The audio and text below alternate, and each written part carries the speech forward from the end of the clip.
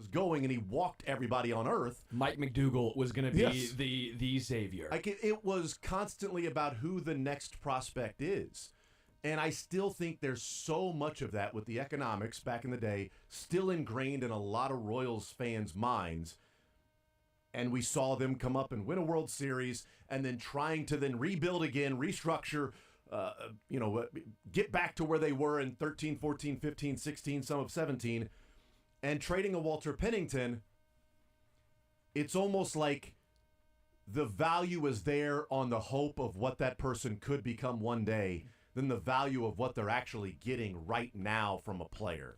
And I don't know how many fan bases have that sort of culture, but I definitely, my generation of fans in Royals fandom has some of that that's woven into the fabric of watching Royals baseball and constantly one eye on the big league club and one eye in the minors, because that's the way you're going to be able to perform and that's the way you're going to be able to succeed. And people down in the minors, the bright spots are get elevated as, well, this is what it's going to look like at the big league club rather than what the tangible part of it is at the big league club. I know the Royals definitely have that. I'm not sure how many other fan bases have that, but that to me, Walter Pennington, I think, sort of encapsulates that sort of commentary, that Michael Lorenzen is a guy that will help you in the big leagues this year. It's a rental player. He'll help Seth Lugo, and he'll help Cole Reagans, and I think he helps the bullpen in a way, which we can get into. But they give up Walter Pennington, which apparently is the next greatest bullpen arm in the history of baseball. Clearly. Well, it's people are acting like this 26-year-old lefty who clearly the Royals don't value with the bullpen as it currently sits in the majors is Billy Wagner. The Royals gave up Billy Wagner for Michael Lorenzen, and you can't tell the fans anything different. Now, don't get me wrong. I was calling for Pennington to go to the majors, and I didn't understand why he got sent down. But this was an undrafted guy from the Colorado School of Mines, which I'm not trying to take a knock on where, Seth Lugo went to. Where was it? He went to Centenary. Centenary. Like, guys can become studs from anywhere. Yeah. But this guy was not highly touted. He's 26 years old. If he was going to make it as a bullpen arm in the majors, he may have already done it by now. The Royals are trying to be more transactional. They give a non-top 30 prospect to a guy who was an all-star last year, a guy who has a 3.81 ERA this year. The underlying numbers for Michael Lorenzen are not great. Don't get it twisted. But the Royals need starting and pitching help when Reagans, Seth Lugo, those guys have not pitched that many innings before in their entire career. When there were concerns about Reagan's velocity just 2 starts ago, when we're sitting here going, that's not 97, that's 92 and 93 on the radar gun. What is going on here? Well, you try and help out and boost these starting and pitching so the innings get a little lessened on those studs, which means maybe Alec Marsh goes to the bullpen. Maybe that means you have 6 starters. You try a 6-man rotation for a little bit. And again, also, the pitching staff has done a really good job with a lot of these guys. Not the bullpen, but remember Aroldis Chapman a year ago? I do remember him, yes. Remember when they said, hey, we see something wrong. We think we can fix you. And what did the Royals do? They fixed him. Again, Lorenz is not lefty, but is one of those bigger-bodied guys. He's 6'3", 220, a guy who throws relatively hard. Maybe the Royals saw something in Lorenzen going, hey, I know the underlying numbers aren't great here, but we think we can fix you. Those walks that are out of control right now, we think there's something mechanically wrong and we can fix you. And by the way, Seth Lugo, who throws 8 or 9 pitches, guess how many Michael Lorenzen throws? 15. 7. Damn it. But wait, was it 4, 5, 7 pitches? I was close, though. It's hard to count to 7. I know it's difficult. But the point is, they've had success with a guy who throws a lot of pitches like Seth Lugo. Lorenzen has had success in the majors before. I like this move. Anyone who's complaining about this wants to complain. They are, as you're saying, stuck on the hopes of potential. Do we forget Alberto Mondesi? Do we forget all the can't-miss prospects who, by the way, missed? They didn't give up Bobby Witt Jr. They gave up a non-top 30 reliever for a guy who can immediately help this team and give the starting rotation some help. I think it was something, too, where you looked back to April and May and June when the Royals bullpen was significantly struggling, and still the Royals did not turn to Walter Pennington, who was dominating in AAA, and that to me showed that there is something else down there they don't like or they don't think can translate to the big league level. And then you look at the deadline and what the Royals need. Of course, everybody's going to say bullpen. Of course, everybody's going to say a corner outfield bat or something like that. But they also did need that sixth starter, in my opinion. How many times have we had this conversation of if somebody goes down due to injury, who are they going to turn to? And you can't sit here and honestly tell me Daniel Lynch is somebody you could count on late in September in a wild card push, or Jonathan Bolin, or Anthony Veneziano. This, to me, whether they start Lorenzen in the rotation or in the bullpen, it gives them that length. And with Pennington, he's a year and a half older than Angel Serpa, who is pitching high leverage innings right now. He is 200 days younger than Chris Bubich. So two lefties right now that are around his age are in the big leagues pitching in big-time high-leverage spots. This was more so about selecting them and not selecting Walter Pennington. And yeah, it's easy to say, well, just bring him up for Will Smith or bring him up for another James MacArthur. You also don't want to load up your bullpen with 5 lefties, right? Because there's just not that many lefties in a lineup all the time. It's why you only see bullpens carry 2 or maybe 3 lefties, which the Royals have right now. But to get a 5th starter, technically, or a 6th starter, if you go with that, swingman in the rotation, you gave up a 4A guy. He's not a prospect anymore. He has graduated from prospect status and never really was one. And let's be honest, prior to spring training, not many people out there knew who Walter Pennington was. They didn't know where he was last year. They didn't know his numbers last year. It was the spring training and the year he had this year that made everybody fall in love with him. But that goes back to the point of if a 26-year-old undrafted guy can find this type of success in the minors so late into his time with the Royals, why couldn't they do that again with somebody? Why couldn't they do that with a 4th-round pick, a 5th-round pick? And that's why I thought in the offseason they traded David Sandlin for John Schreiber. It was a need at the time, and they felt like with trading David Sandlin, we can recreate David Sandlin in the organization. And it's a lot harder to do that than it is to recreate a 4A guy who's 26 years old and has 2/3 of an inning to his big league name right now. I mean, this was something the Royals did need to give them some relief in their starting rotation and be flexible too, whether it be Marsh or Lorenzen that goes to the bullpen. And I wonder, and I think that's the part of it is that Walter Pennington is traded, and it's like, well, this guy could have helped out in the bullpen, right? And they may be looking at it and going, well, we need right-handers in the bullpen, so do we go out and acquire a bullpen arm? Can we acquire somebody that also helps out in the bullpen, whether that be Alec Marsh going to the bullpen or Michael Lorenzen going to the bullpen? His most recent outing was out of the bullpen. He had, 18 starts, so he's had 19 appearances this year, 18 starts. This, the most recent one was him coming into the 5th inning and finishing out the game and giving up 1 earned run over those 4 innings. But does he push Alec Marsh to the bullpen? Is he a guy that then starts in the bullpen? Do the Royals potentially go a 6-man rotation? We've seen the Orioles this year at one point do a 6-man rotation. We have seen the Pirates, when Paul Skeens was brought up, have a 6-man rotation. Like we've seen teams this year. Are the Giants still? I'm trying to think of a team that still has a 6-man rotation right now. I think it may be the Giants, but I'm not sure. But 6-man, I'm not saying the Royals do go to that, but if they're trying to limit and see the innings of a Lugo and a Cole Reagans, and they're better prepared and healthy and fresh enough in the stretch run in September and hopefully October, does Michael Lorenzen pitching every 6 days and Seth Lugo, I mean, you would take 2 starts away from him, that, whether that's 12 innings or 13 innings, if you start to do the math, maybe it's more than 2 starts, maybe it's 3 or 4 starts. I haven't, looked at the overall schedule and said, okay, if it's a 6-man rotation, here's how it gets pushed back. But Seth Lugo has about 11 starts left on the season. If that goes to 8 or 9, what are you getting with Michael Lorenzen? Or is Michael Lorenzen a guy that's a long relief? But if he's a long relief guy, what does that do to then help out a Seth Lugo? Like if they are trying to limit the innings of Seth Lugo and Cole Reagans, how do they do that just by acquiring Michael Lorenzen? They're not going to have Seth Lugo go out there for 3 innings and then bring in somebody else. They're not going to have Cole Reagans go out there for 3 innings and bring in somebody else. If it's a 6-man rotation, that's one way to do it.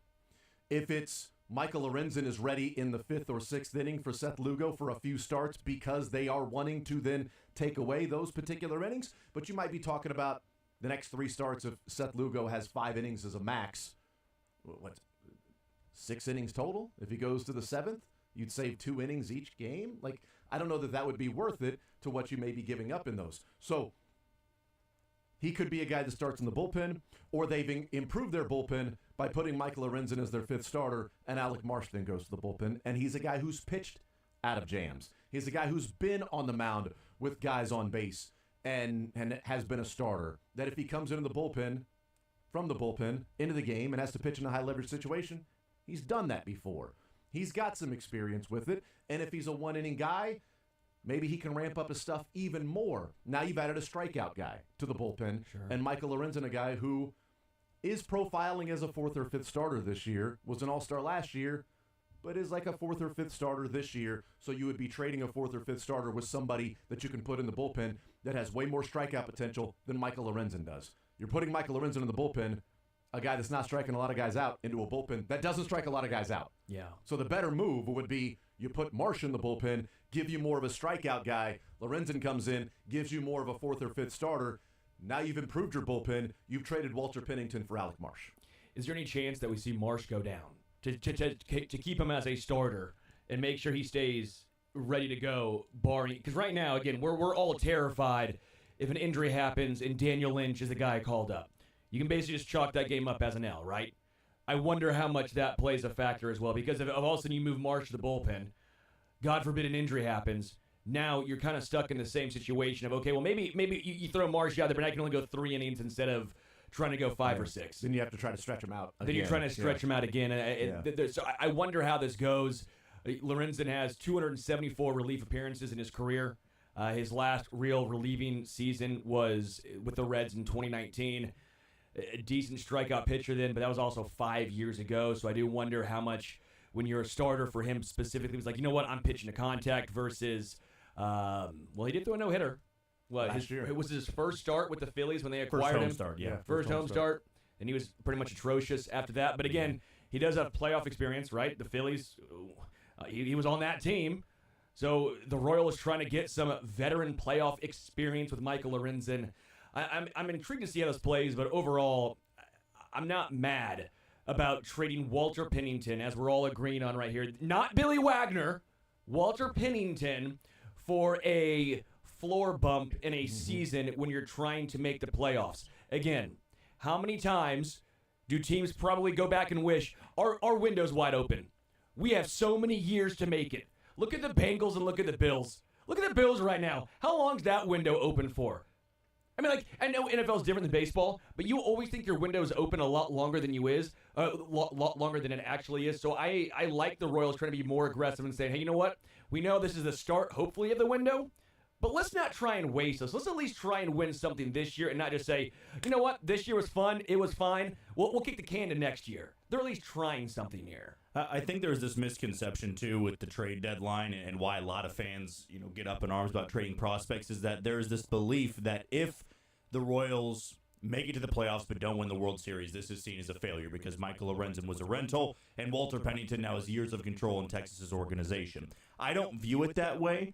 I view it as the Royals are now buying for the first time in 7 years. They are trying to give that extra push, something every single Royals fan would have said they'd be fine with back in February if they were promoted with this sort of opportunity of they are one game into a wild card spot, the last wild card spot in the American League. They are 6.5 back in the division. If you were to be asking that fan in February, if the Royals have that record or in that spot on July 29th, would you be all right giving up Walter Pennington for Michael Lorenzen? Yes, hindsight's 20/20 because now you know the numbers. But to me, I think this is showing that the Royals are going to be aggressive. They're going to try to capitalize on the season that they've had. And though there are fans out there that will say, I'd rather stand pat, we're not going to win a World Series. If we miss the playoffs, let's build for next year. I think that's all fine and dandy to say.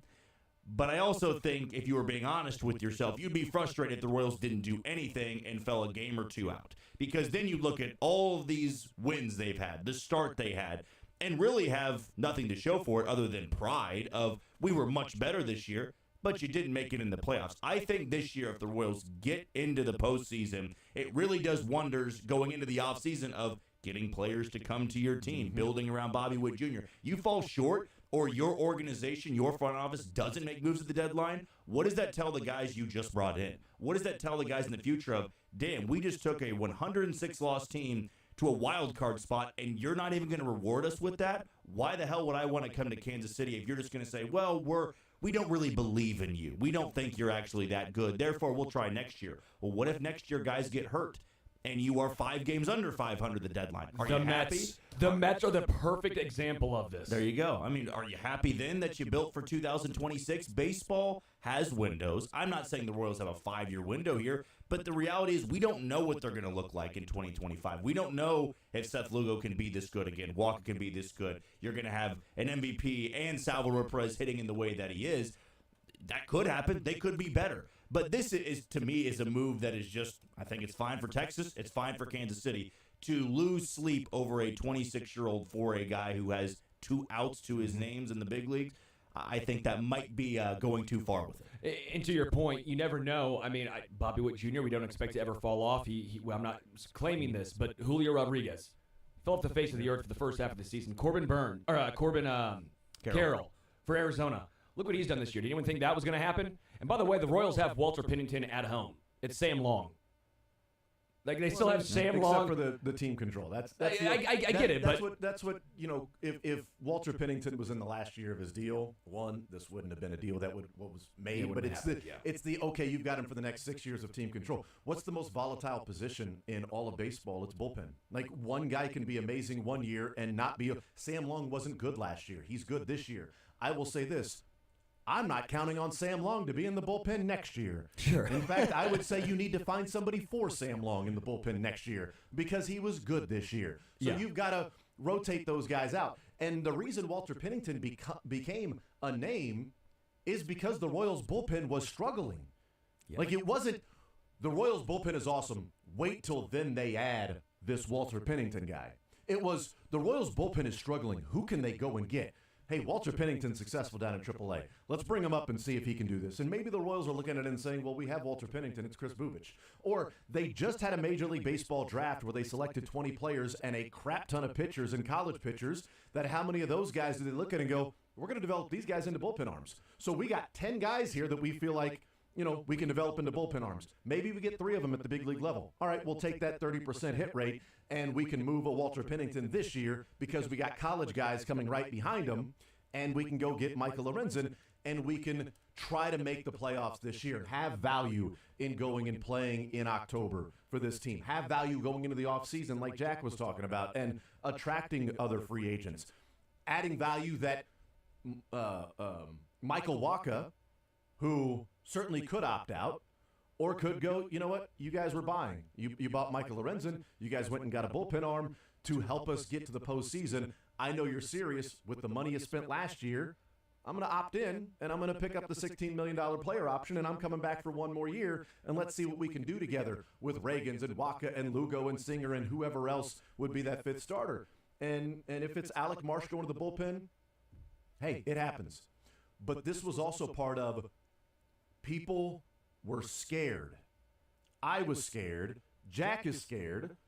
Sterling, Dylan, of what happens if a starter goes down. They don't have an answer for a starter going down. They have an answer for Walter Pennington not being there. They've got other options there. Are they great? Well, right now in the bullpen, they're not. But I don't know that Walter Pennington would have been that. But I know now if somebody goes down, if Walter Pennington is inserted into the lineup or the rotation as the 5th starter and Alec Marsh goes to the bullpen and somebody gets hurt, I feel pretty confident about them saying, all right, Alec, we're going to, come back and stretch you out. You're going to be the starter, go 3 innings, 4 innings, whatever it might be, and get you up to speed, and you're now in the rotation again, and they've traded Daniel Lynch for Michael Lorenzen or Daniel Lynch for Alec Marsh. They now have 6 starters on their team that you feel like when they go to the mound can give you an opportunity to win. The concern would be what Michael Lorenzen has done this second half of the season, or second half of his season. First 9 starts of the year, he had a 2.96 ERA and a 1.17 whip. His last 10 games, he's got an almost a 5 ERA with a 1.4 whip. So he had and a 6.19 fielding independent pitching. and that's in almost the same amount of innings. So his season is almost split right in half of him pitching really, really well to then him struggling over the last 10 games. 9 starts, 1 relief outing. That came, over the weekend. And it was still 4 innings in a relief outing. It was it was only 1 earned run. In fairness, because his start before he went 2/3 of an inning. Yeah. Exactly, and gave up 4 earned runs in 2/3 of an inning. We'll see what this ends up being. I'm not necessarily agnostic on feeling strongly one way or another. I understand the strategy behind it. Lorenzen wouldn't have been one of my first picks for going out and getting a rental starting pitcher, but there's the cost acquisition that goes into it, and that's what the Royals and J.J. Piccolo have to weigh. Cost acquisition, what can they get for Walter Pennington? This is who they can get for Walter Pennington, because they're trading it to a team that has a number of guys coming back off the IL in the Rangers, and Lorenzen became expendable for a team that's still trying to win. Doesn't happen very often. Are we convinced that they didn't go and get their new leadoff hitter? Lorenzen? Michael Lorenzen does have a career OPS of 710. I'm just saying. Give it a shot. I'm just saying. Let's find out. Former pinch hitter extraordinaire Michael Lorenzen. Winker's not available anymore. He's a Met. So maybe then they found their other leadoff hitter. Maybe Tommy Pham ends up being that guy. We'll find out. Tomorrow, 5 o'clock is the trade deadline. We'll take a timeout. We'll come back, continue rolling. More Zone next.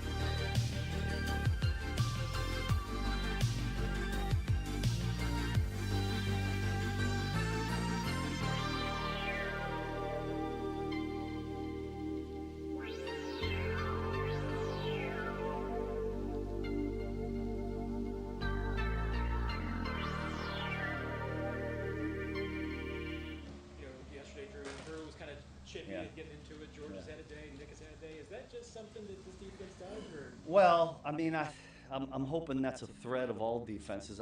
Certainly hoping it's a threat of ours. I don't think there's anything wrong with being chippy as long as we remember that we're all on the same team and that there's some respect there. And I think our guys handle that pretty good. I mean, we didn't get no fisticuffs yet, right? So nobody wants to encourage that. But listen, the game's physical, and the one thing we have conveyed to them is, especially the vets, like when you add up the number of plays they get in the 3 preseason games, I don't know, let's say it's 35 to 50, but you might be a DB that never gets to make a tackle. So somewhere you got to work on it, and to me it's out here when you have pads on, and so we do what we call wrap and release, and that kind of maybe leads to some of that, but I think the offensive guys have been good about it. Does that kind of go with Nick? I know it said that you are preaching right now, no on and off switches always. Yeah. Does that kind of go with that? Yeah, he knows that picture that I put up. It has the switch has an on that plate and an off. Well, the off's crossed out. And they know when they step on the field. I mean, that's how you have to play. I mean, when you take plays off, we don't get enough of them. We have a lot of walkthroughs. So the reps that we do get in the morning, we got to take advantage of, and they got to be full speed. What kind of operation seen from Felix? Felix? Yeah, I think Felix has gotten a little bit better every day. I think there was a couple practices there he struggled a little bit. I think his confidence is better. The last 2 days he's been pretty good. Like today, I thought he made. Yesterday and today, I thought he did pretty good without watching the tape. I thought he had some good plays. Your top 3 linebackers, Bolton, Tranquil, and then Leo. Just role-wise, how do you kind of see them this year? Yeah, I mean, look, those are our base linebackers. Those are the 3. Then we try to get them in, mix them in there sometimes, and other downs and distances, possible third down. I think all 3 of those guys have certain skill sets that we would like to use. Get them out there. Now, when you got 3 linebackers in there, somebody's coming out. There's one less DB or there's one less D lineman. So we got to work our way through that. But one of the things we do like being is multiple. And when guys can play different positions, like Leo, he's kind of all over the place. Drew is, and Drew's got to play some Mike linebacker. And yeah, you get to about next week. I talked about it with the staff the other day. You got to start thinking about guys in dual roles now, because pretty soon it's not whatever the number is out there, 90. It's not 90 guys anymore, and all of a sudden our number of guys shrinks. So guys are going to have dual responsibilities. There are a couple of corners who are hurt right now, so Kelvin Joseph's getting a pretty good run. What have you seen from him so far? Yeah, Kelvin, I don't know if you know, he had a baby, so he was gone for a little bit. We lost him there, so he was a little bit behind. He's playing catch-up now. He's getting some work with the ones. He made a couple of plays yesterday, so he earned that. But he's going to be right in the thick of the things with the other corner. I mean, need 3 of them, and he's made enough plays, I think, to warrant working with that first group. With Drew, specifically, I know last year that him and Nick sharing the field together all that frequently. How do you see the dynamic of them both teams? You saying sharing the field out here? Yeah, just Yeah. Drew and Nick. Yeah, the one thing about both those guys is they're both very cerebral, very smart. So I think they feed off each other that way. That goes a long way when, I'll bet if you ask the linemen, they tell you that they appreciate the guys that are behind them are really sharp. They're ahead of things. Watch out for this motion, watch out for that shift. They change the D lineman here.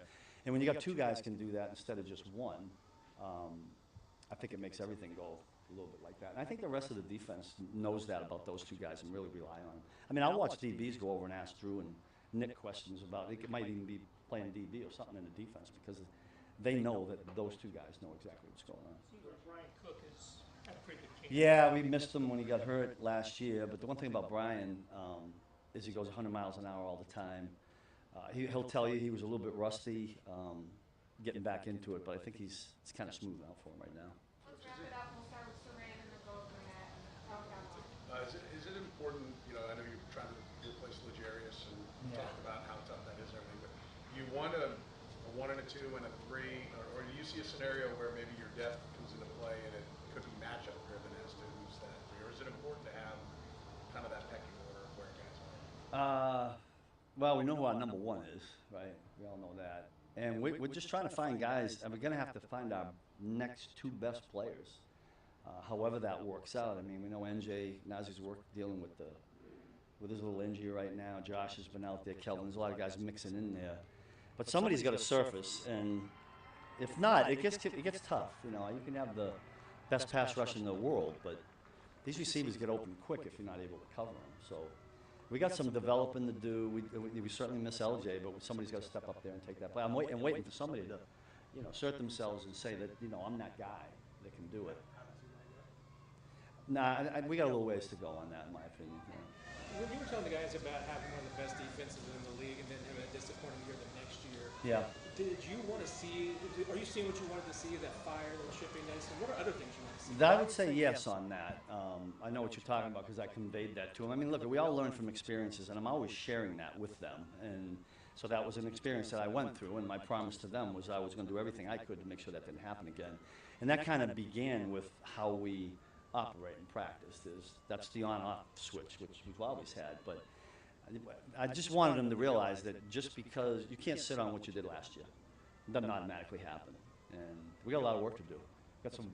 We're talking about players we got to fill in for, and we got a long way to go before we figure that part out. Trent is so good at just about everything, Steve. Is this a period? It's a good statement. Yeah, it is. And it's a true statement. Is this a period or a time where you're asking him to be more aggressive in terms of what you mentioned, you know, last time we talked to you about takeaways, trying to get your hands on the ball as much as possible? Trent in particular, you said? Or, yeah. He's got a natural feel for all that. And, I mean, look, he's waiting for his first NFL interception, right? I mean, but I told him this before. You know, he got voted – when did he get voted All-Pro by his peers last year? I thought that was the hugest compliment to a DB that did not have an interception, because that tells you all you need to know. So to your point, he does a lot of things really good, and I'll guarantee you he's got his eyeballs on trying to get a couple of picks this year. But the other thing he does a really good job of is he's created some fumbles by having a knack for getting it out. We need all of that from all those guys. What's the value of these 10-10-10 days for you? Yeah, more mental than anything. I think we went 3 straight days with pads, and I think Coach Reed would tell you the same thing. It's a good way to get a lot of work done, right, but take a little bit of the physicality off. And it was about time with our guys, and now they'll have the day off, and I think it works out pretty good. Yeah. It's a little agonizing for me sometimes because you can't do anything physically. All right, there's Steve Spagnuolo. Number of things to take away from that we'll get into, because I know Trent McDuffie is about to get to the podium.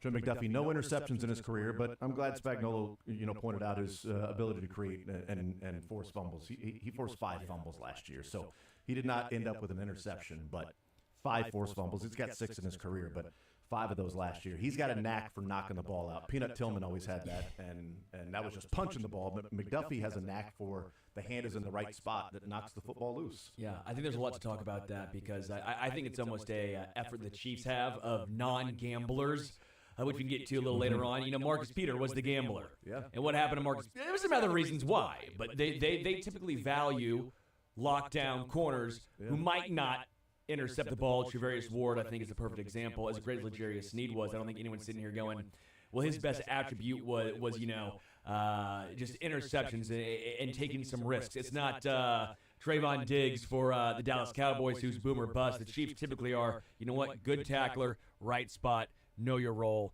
knock the ball down. Well, and I think Spags brought up a great point on Trent McDuffie was an All-Pro with 0 interceptions. Like, typically, if you're going to be voted All-Pro or something like that, you got a lot of interceptions. Yeah. Was it Bland? Deron Bland. Bland, yeah. Had like 8 interceptions. Few pick sixes, too. Yeah, some pick sixes, but he was getting beat on a number of plays as well. Like, he was giving up touchdowns. Well, it's the Cowboys method. Yeah. Trayvon Diggs and Bland are the same guy, basically. But he had tons of interceptions, so it's like, all right, this guy, he's, going to get some recognition from his peers and from, the fans and coaches, because you see that number next to somebody's name with interceptions. Mm-hmm. That guy's going to be an amazing cornerback, and McDuffie was an amazing cornerback with 0 interceptions. It was basically, again, I think it's a stylistic change as well. I mean, Diggs and Bland, boom or bust. Chiefs, for the most part, I always go back to Ward because people always used to hate on him for not turning his head, but he never gave up a lot of incompletion. I mean, he was phenomenal. And Ward and McDuffie, and Sneed to an extent the same way, it's just, to me, it's a stylistic difference on teams. And who had the better defense last year? Who's had the better defense for the past 3 years? And I think the Chiefs or interception, Cowboys. I think the interception thing is kind of random. Like, Agreed.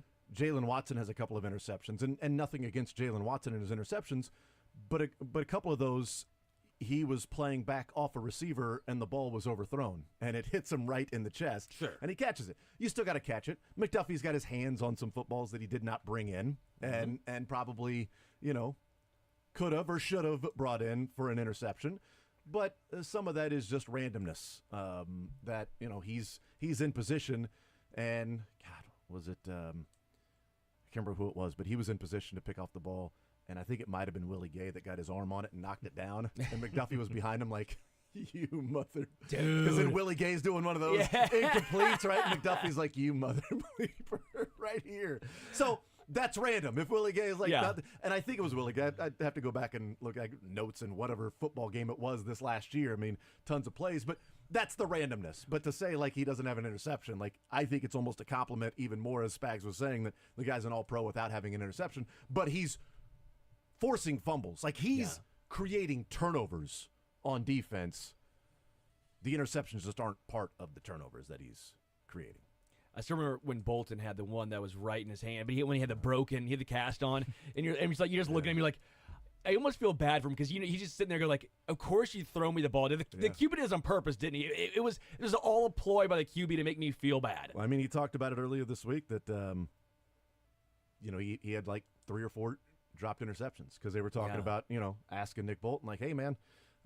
27th in turnovers last year, or it may have been like you guys focusing on punching the football out here in practice, and they did that last year, which is why it got pretty chippy. And Nick Bolton was like, well, 27th in turnovers, and that's got to be better. And he said, I dropped like 3 or 4 interceptions last year, And I want to point this out to a lot of people who are the Nick Bolton haters, who are like, they talk about his coverage grade and all that stuff. Last year, his coverage grade was relatively poor, and he talked about the injury, right? That was a big part of it.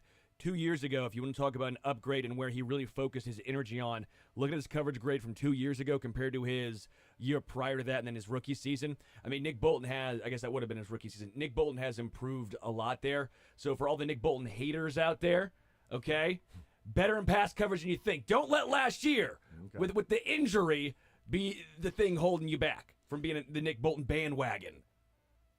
The newsy part of that to me was Steve Spagnuolo when asked about replacing L'Jarius Sneed. And you know what you have in Trent McDuffie, but other guys. And Spagnuolo said, quote, we're waiting for someone to assert themselves and then say, I'm the guy. And then Soren had the follow-up of, you haven't seen that yet? And it's early. Yeah. The answer's no. I mean, when you say, well, it's early, the answer is no. He hasn't seen. He wouldn't have said we're waiting for somebody to assert themselves right now to step up and say, I'm taking over opposite McDuffie, because we saw Joshua Williams get first-team reps. We saw when the pads came on, Najee Johnson getting first-team reps. We've seen Kelvin Joseph now in there getting some first-team reps. And from Spagnuolo's point, like, okay, well, Watson is still on the pup list. Still, yeah. But, like, Williams is the incumbent. Najee Johnson's been here for a couple of years. And Kelvin Joseph is getting run with the first team because those guys haven't taken that job and run with it and not let anybody, have a potential of starting opposite Trent McDuffie. So Kelvin Joseph is getting some run there. I think that's the newsy part of Steve Spagnuolo in saying they're still waiting for someone. Anyone. The coaches don't care. Someone step up and take that job and say that you're the guy, this is your job, because nobody's doing it right now. And Jalen Watson doesn't have an opportunity to do it right now. So that's great for him when he comes off the pup list because nobody's done that. We all thought it was Williams, and that's a longer conversation to have there. But how many times have we heard Kelvin Joseph's name already for a veteran journeyman cornerback? Yeah. I mean, OTAs, it was Kelvin Joseph. And we had to look him up. I'm like, guy from Seattle? I think he was Seattle. And you heard his name like 3 or 4 times. Yep. Here's Trent McDuffie.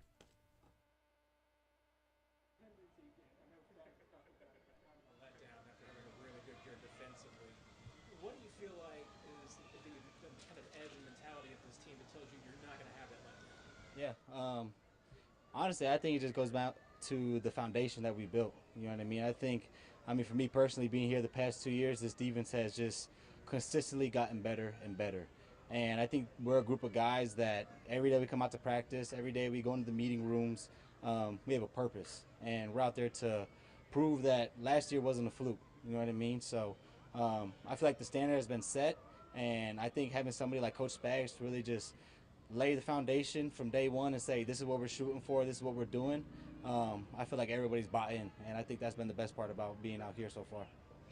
Was there a point last year where you knew how good you were going to be defensively, where you saw things coming together and said, okay, we're going to be the number 2 defense or whatever you guys ended up at? Yeah, I mean, I don't know if you guys remember last year me talking, but last year OTAs, I mean, that was when I first was like, whoa. I mean, coming from rookie year and then going to that spring, I was like, okay, things have been like a little different, you know, like something about the defense was clicking on all cylinders. And I feel like from that OTAs to going into training camp to the first game, I mean, every single game I felt like the defense just got better and better and better, and each player's got more comfortable and confident.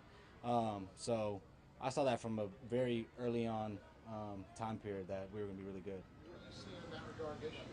I think the confidence has just become even more. I think that's the biggest thing for this defense out here is just we've gone through all the bumps and bruises. You know what I mean? We've worked back last year, losing some games and having to fight through playoffs and go to away games and the adversity.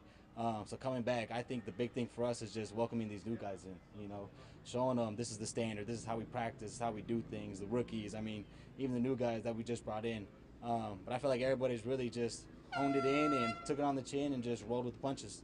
Coach Spagnuolo reminded us of your all-pro season. Just coming off something like that, what is your personal emphasis on how to get better and grow even from the top of the game? Yeah, I mean, last year, all pro, but I feel like, I mean, I still was learning so much. I mean, last year was really my first time at the nickel position, and then this year, LJ leaving, moving to the outside, I mean, it's a different ball game, you know what I mean? Inside, you know, you got help here and there, you can do things a little differently, but on the outside, on the island, you got to be a technician. And coming into this camp, knowing that I might have to do some more of that, it's been each and every day just working little by little on technique, and just trying to perfect myself out there. So still growing, still learning, and I feel like that's one thing that wakes me up every day. Darius shut down some of the better receivers in the game. How willing and how vocal have you been about maybe doing that this year if it's called upon? I mean, I told Spags, wherever he needs me, like I always said, that's where you can put me. Going against the best of the best, you know, that's why we play this game, to go against the best of the best. So being able to compete no matter who it's against, I'm ready to do that. You're the coach now in that leadership, DB role. How much are you embracing that leadership role? Yeah, man, I mean, I'm not somebody, you know, who's going to be that rah-rah, you know, leader, jump in front, yelling at everybody. But definitely just spending a little more time outside of meetings, outside of being on the field to get to know the guys, you know, to let them know about the little knickknacks that Coach Spags' playbook can have, you know, that I came in as a rookie and being like, yo, slow it down, you know what I mean? It's a big jump come from college to learn this playbook to coming out here, Coach Reed's training camp to the LDDs, that you're going to be tired, you're going to be bumps and bruises. So just settle in, like, we're going to bring you up to speed. So just rely on us, and that's something that I've really been just trying to make myself do each and every day, is just making sure I tell the guys, like, it's going to be all right. Guys don't talk about it. Guys don't talk about it a lot. But Chris and Nick both talk about how they worked on their mental, in the offseason. How much have you done with that? Man, it's huge. I mean, I'm someone who's big on just the mental side of everything, you know what I mean? Not just football, but just in life in general, because you never know how somebody's feeling at the end of the day. So going back to California, you know, seeing my family, seeing my little niece and nephew, and just being able to take that time to myself to just understand who I am again and just understand what I want for the rest of this year was huge for me. Talking about Xavier Worthy and just the trouble he's going to give defenses. Yeah, I mean, bright kid, you know what I mean? Coming in, humble, fast as hell, as everybody knows, you know what I mean? Can stretch that field definitely, but going against him, he's one of those dudes that you can just tell is just constantly learning, you know what I mean? You constantly see him talking to the coaches, talking to Pat, where he wants some ball, this and that, and the biggest thing for me is he's been catching the ball, you know what I mean? You love to see it. Guys come in here and want to run fast, want to run hard, but at the end of the day, it's catching the ball, and he's been one of those guys that's been consistent with that. I want to ask you about a couple of safeties. First of all, what are you seeing from Jaden in his first training camp, but then also just getting Brian Cook back? What's that been like? Yeah, Jaden's doing great, you know what I mean? They got him playing a few different positions, which I know as a safety can be difficult learning this playbook, but he's asking all the right questions. You can tell each and every day he's coming in and taking notes and focusing in and trying to do everything the correct way, which you love to see on the back end, because doing what he's doing is pretty difficult. So just seeing his growth from spring to now has been huge. So I'm excited for him. And then, You know, B. Cook, love the energy. I mean, you miss a guy like that out there that finishes every play. You know what I mean? You see him each and every play running down the field 80 yards to go tackle the ball carrier. One of those dudes that can go sideline to sideline. I mean, he's a vet. He came with me, you know, one of my good friends. So I'm excited for him to have a full year healthy. Trent, what does a corner need to have in order to thrive in this scheme? Man, it honestly comes back to knowing your responsibility on each and every play.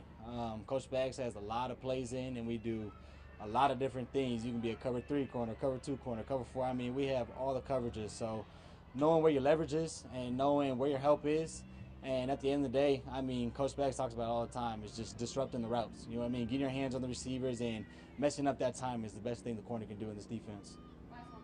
You mentioned you're not the rah-rah guy. Who right now is that vocal guy in the backfield? I mean, it's always been Jay Reed. You know what I mean? With him being out right now, who's kind of the guy that's on a game like this when it's 86 degrees out there? It's funny. I don't know if Jay Reed's a rah-rah guy, but I don't know if there's anybody that's going out there screaming, yelling. You know, I feel like our back end is everybody's kind of on a level playing field. You know what I mean? And everybody's able to be comfortable enough to speak up, to say, yo, a free agent can tell me, yo, man, you got to do this right, you got to do this right, and we all listen. So we're one of those guys that each and every day we're just helping each other. And, you know, when things are messing up, you know, I might speak up, B. Cook might speak up. I mean, each and every day somebody is coming in here and making sure that the standard is set. And that's something that you love to see. Yeah. Thanks, Trent. Appreciate you guys. Appreciate it. All right, there's All-Pro Trent McDuffie, and talking about the difference of what he was able to do last year as an All-Pro in the slot and having to learn that position on the fly, still learning a lot, as he talked about, but learning the position on the fly last year as a slot, and the difference of having help to your inside and your outside as opposed to now he's out on an island, and it's so much about technique. So filling in and taking over for L'Jarius Sneed or just sliding outside. I mean, it's like, you know, he's taken over for L'Jarius Sneed, but he's not a rookie that's going to be taken over for L'Jarius Sneed. It's an All-Pro guy that's taken over for L'Jarius Sneed. And going back to his main position, by yeah, the way. that's what he played at Washington, and he can play every position, which is what's great about him. He knows, you know, every position that he's supposed to play, so he's smart as hell, and you know, working on technique, etc. That's going to be different for him this year. And wherever Spags needs him, wants him, he'll go and play, whether it's traveling with a receiver or not. And the goal this year is to prove that last year wasn't a fluke. So this is the defensive prove-it year, that last year they were really good.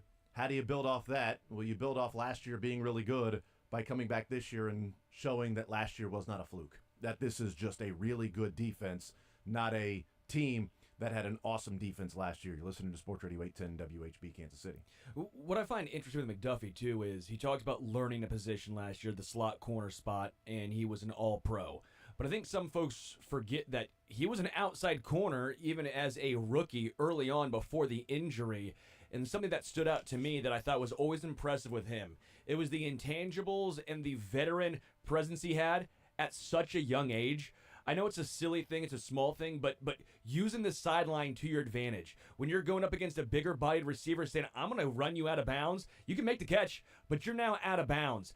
I know it's a silly thing, it's a small thing, but you don't see veterans do that all the time, and McDuffie did that as such a young player, and that's why I'm so excited for him, and why I think sometimes we overinflate, and we talk so much about the lack of height and maybe the arm size, but when you're that smart and that useful and you know all the small things, how to gain an advantage, he does them. I'm not worried about him going up against a 6'2" wide receiver on the outside because he's so damn smart.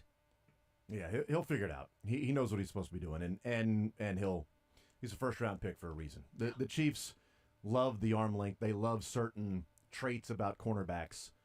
There's a reason they broke the mold. They broke what their typical blueprint is for a cornerback to take Trent McDuffie. Not that they didn't expect him to be an awesome player. I think he's one of those guys, too, that you can finally build around, right? I think that Trent McDuffie, unlike Charvarius Ward, unlike L'Jarius Sneed, he broke onto the scene early. I mean, from the time he was a rookie to now to going into this year, he's been exceptional. And I think that cornerbacks kind of can be viewed in the same light as a tackle, that when you're not talking about them during a game, they're doing their job, right? You don't want the left tackle that's front and center getting beat all the time, having the penalties. Same thing with a cornerback. If they're having pass interference, holding all the time, they're getting targeted. We're going to know about it. Philip Gaines-esque, where the scoreboard comes up and he's giving up 200 and some yards and an absurd passer rating. Like Trent McDuffie is the guy, I believe, that when he gets that contract year, I think you pay him. I really think that you can see his career playing out in Kansas City and being a true number one cornerback for the majority of the time he is here. Where unlike some cornerbacks out there that have gotten paid because of the eye-popping numbers, the interceptions, maybe pass deflections, maybe tackles. I know those are dumb stats sometimes to bring up for a guy in the secondary, but to me, Trent McDuffie does everything right that you'd want from a cornerback. He's flexible. He can hang with bigger-bodied cornerbacks. He's not targeted. I mean, when guys have all the interceptions and pass deflections, it's because they're being thrown at. Trent McDuffie is not thrown at, and then when he is thrown at, look at the Super Bowl when he had that huge pass deflection that likely saved the chances of winning that Super Bowl. I think he's an exceptional talent. I think that, truthfully, he's one of the best picks that Brett Veach has ever had. There's the cheat code of having Patrick Mahomes, but Trent McDuffie, to me, for a defensive standpoint, is not far behind. I believe we'll hear from Creed Humphrey relatively soon, the All-Pro, Pro Bowl center for the Kansas City Chiefs, and Creed Humphrey, now regarded as the best center in NFL since Jason Kelsey is retired. So Creed Humphrey, the best center in the NFL. Here's Creed Humphrey up there in St. Joe. Back, doing some group install stuff, some indie stuff. It's been good, and obviously he's a big-time leader for us. He has a ton of experience, and he's a heck of a player. So whenever you get a guy like that back, it's great. Against the guys who've been replacing him up here, but what do you miss when you don't have a guy like that with his ability and experience in the lineup? Yeah, well, I mean, experience is the biggest thing. He's done it all in the league. He's played in all the big games and everything, and he sees everything so well, and that's what makes him one of, if not the best guard in the league. So being able to have him back, it's going to be huge. What do you do? I know there was some snap issues last week. What do you do in the offseason to try to correct that? Yeah, just focus on technique and just getting the reps in, doing it after a workout when you're tired, things like that, so you can stay focused on the technique while you're doing it. It's no joke. Talk about playing in this training camp heat and what you guys are doing to keep yourself healthy and prevent injuries. Yeah, it's a lot of recovery after practice, a lot of rehydration, things like that. So the training staff does a great job. Strength staff does a great job. Nutrition staff, everybody does a great job with us, and getting us back to where we need to be for practice the next day. What have you learned about this offensive line the last couple of days? And Pat, I know it's not a game, but what have you learned about this unit? Yeah, we're still growing as one unit right now. We've added new pieces, and we're getting closer each day. So, as long as the guys continue to keep competing, battling, we're going to like the results for this year. So, for us right now, it's just taking it day by day and getting better every day. With Kingsley, he obviously came in and started right away. So can you give us the difficulty of learning the lingo aspect of it, getting up to speed, this group? Yeah, there's a lot of stuff thrown at you during training camp, especially as a rookie, and he's done a good job being able to process stuff, study on his own at night, things like that. He's done a good job, and he's picking up on stuff well. So for him, it's just continuing to get these reps, going against really good defensive ends right now. It's going to be really helpful for him. So it's been good, and he's getting better every day, and you can tell he's bought in and working hard to get better every day too. I suppose some of that applies to the other two offensive linemen, Norzad and Hansen. What are your impressions of them so far? They've done great. They're awesome to be around. Same way with them. They're buying in how we need them to, and they've improved every day. And they show some great stuff, and it's been awesome to see so far. It's only been a few months with Kingsley. Just what are some of the things behind the scenes that you might see him doing to make sure he has his best chance as possible? Yeah, asking questions in meetings, staying sharp, staying locked in on meetings, things like that, and you can tell he has a instinct for the game. How he needs to play and how he needs to block, things like that. So as long as he keeps continuing to refine his techniques and stuff, like he has been, it's going to be really good for him. He's a great athlete. He has the right mindset to be great, so it's going to be good to see. I know last year you and Trey both had said your motto is set the tone. How often are you preaching that to those young guys? Every day. Before practice every day, we have to let them know. So that's something that we focus on. Coming out here every day, setting the tone, making sure our guys are right, making sure we're ready to compete for the day. And so we preach that on them every day. On our business side of the game, you're coming up on that last year. Get involved in negotiations. Do you ask for an extension? Does the team reach out to you about anything like that? Yeah, right now for me. I'm focused on training camp. I'm focused on football right now. Focused on getting this team to where it needs to be, and focused on getting the line where it needs to be, and getting myself to where I need to be. So that's my focus right now.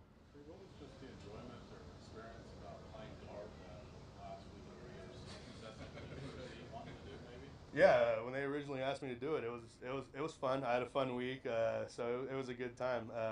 Obviously, I'm more natural at center, just because I've a ton more reps at center. But it's fun, and being able to have the ability to play wherever you need to, it's good. So I had fun with it, and I'll if they ask me to do it again, I'd do it again. Yeah, it was fun, but I like center. Guys, a couple more here. Creed, how are they feeding you guys at camp? I saw Rasheed's Instagram the other day with you and Trey with the giant steak bones. How are they feeding the big boys here? Good. They're doing it right. So, but yeah, the food's been great. They have a great option every night, so it's been easy to eat. And there's times also we'll sneak away and go get a burger or something. But it's been good though. The food's been great. Nutrition staff has done a great job. Do you have any reaction to the little Raiders? No. I'm focused on us right now. I'm focused on this team getting better. So, yeah. All right. Awesome. All right. Thank y'all for coming out.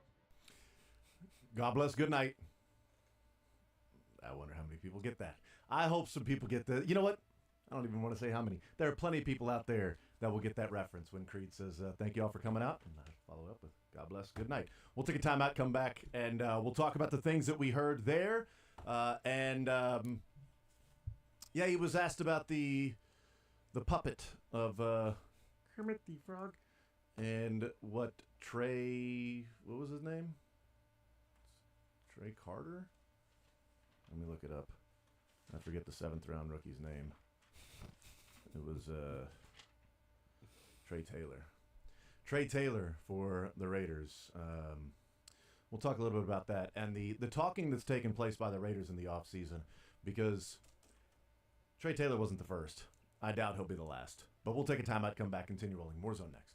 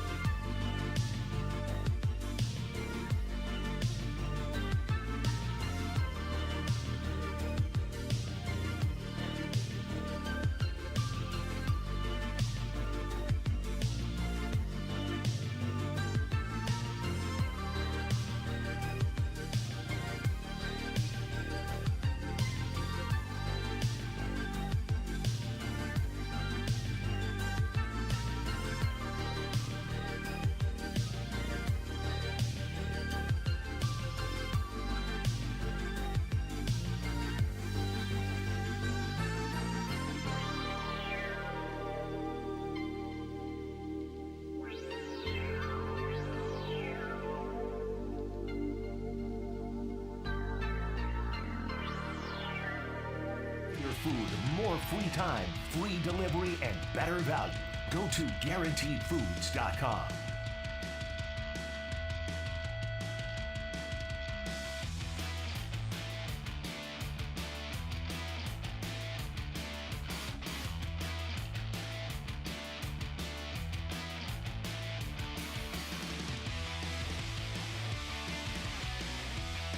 All right, hanging out here on Sports Radio 810 WHB. Jason Anderson with you, Sterling Holmes, Jack Johnson, Dylan Michaels heading up until 2 o'clock. We'll talk with Josh Kaiser at noon, One Royal Way podcast, get his thoughts on the Royals.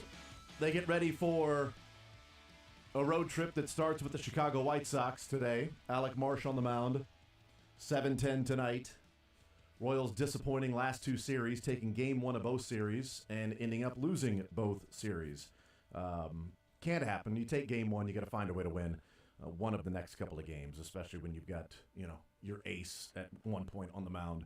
Like, you got to do that, especially back-to-back, like Lugo and Reagan's. Like, find a way to win one game after winning on Friday night or winning game one in the series before that. But they did not, so they lose to the Diamondbacks, lose to the Cubs in both series, and now they got the White Sox, who, you know what? The roster for the White Sox right now could look completely different by the time they take the field tonight at 7:10. We'll end up finding out. 913-912-4810 is the text line to join us to be a part of the show, part of the conversation. But we talked a lot about Michael Lorenzen in the first hour. Royals acquiring Michael Lorenzen for Walter Pennington. Michael Lorenzen, a guy who was an all-star last year, has struggled the most recent half of the season for him. And was awesome in the first half of the season, but the Royals give up Walter Pennington. We'll talk more about that. Chiefs at training camp. We heard from Steve Spagnuolo. We heard from Trent McDuffie, and we heard from Creed Humphrey. Creed Humphrey asked about the contract, just focusing on training camp, focusing on football, focusing on making the offensive line the best it can be. Trey Smith yesterday asked about the contract, started talking about his dynasty mode in college football. And then went into the let those things play out as they will.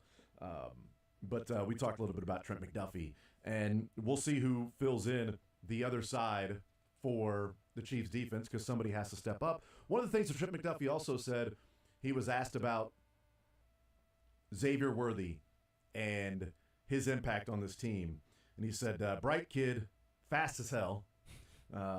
And he said you can just tell that, about him as a player. He's constantly learning.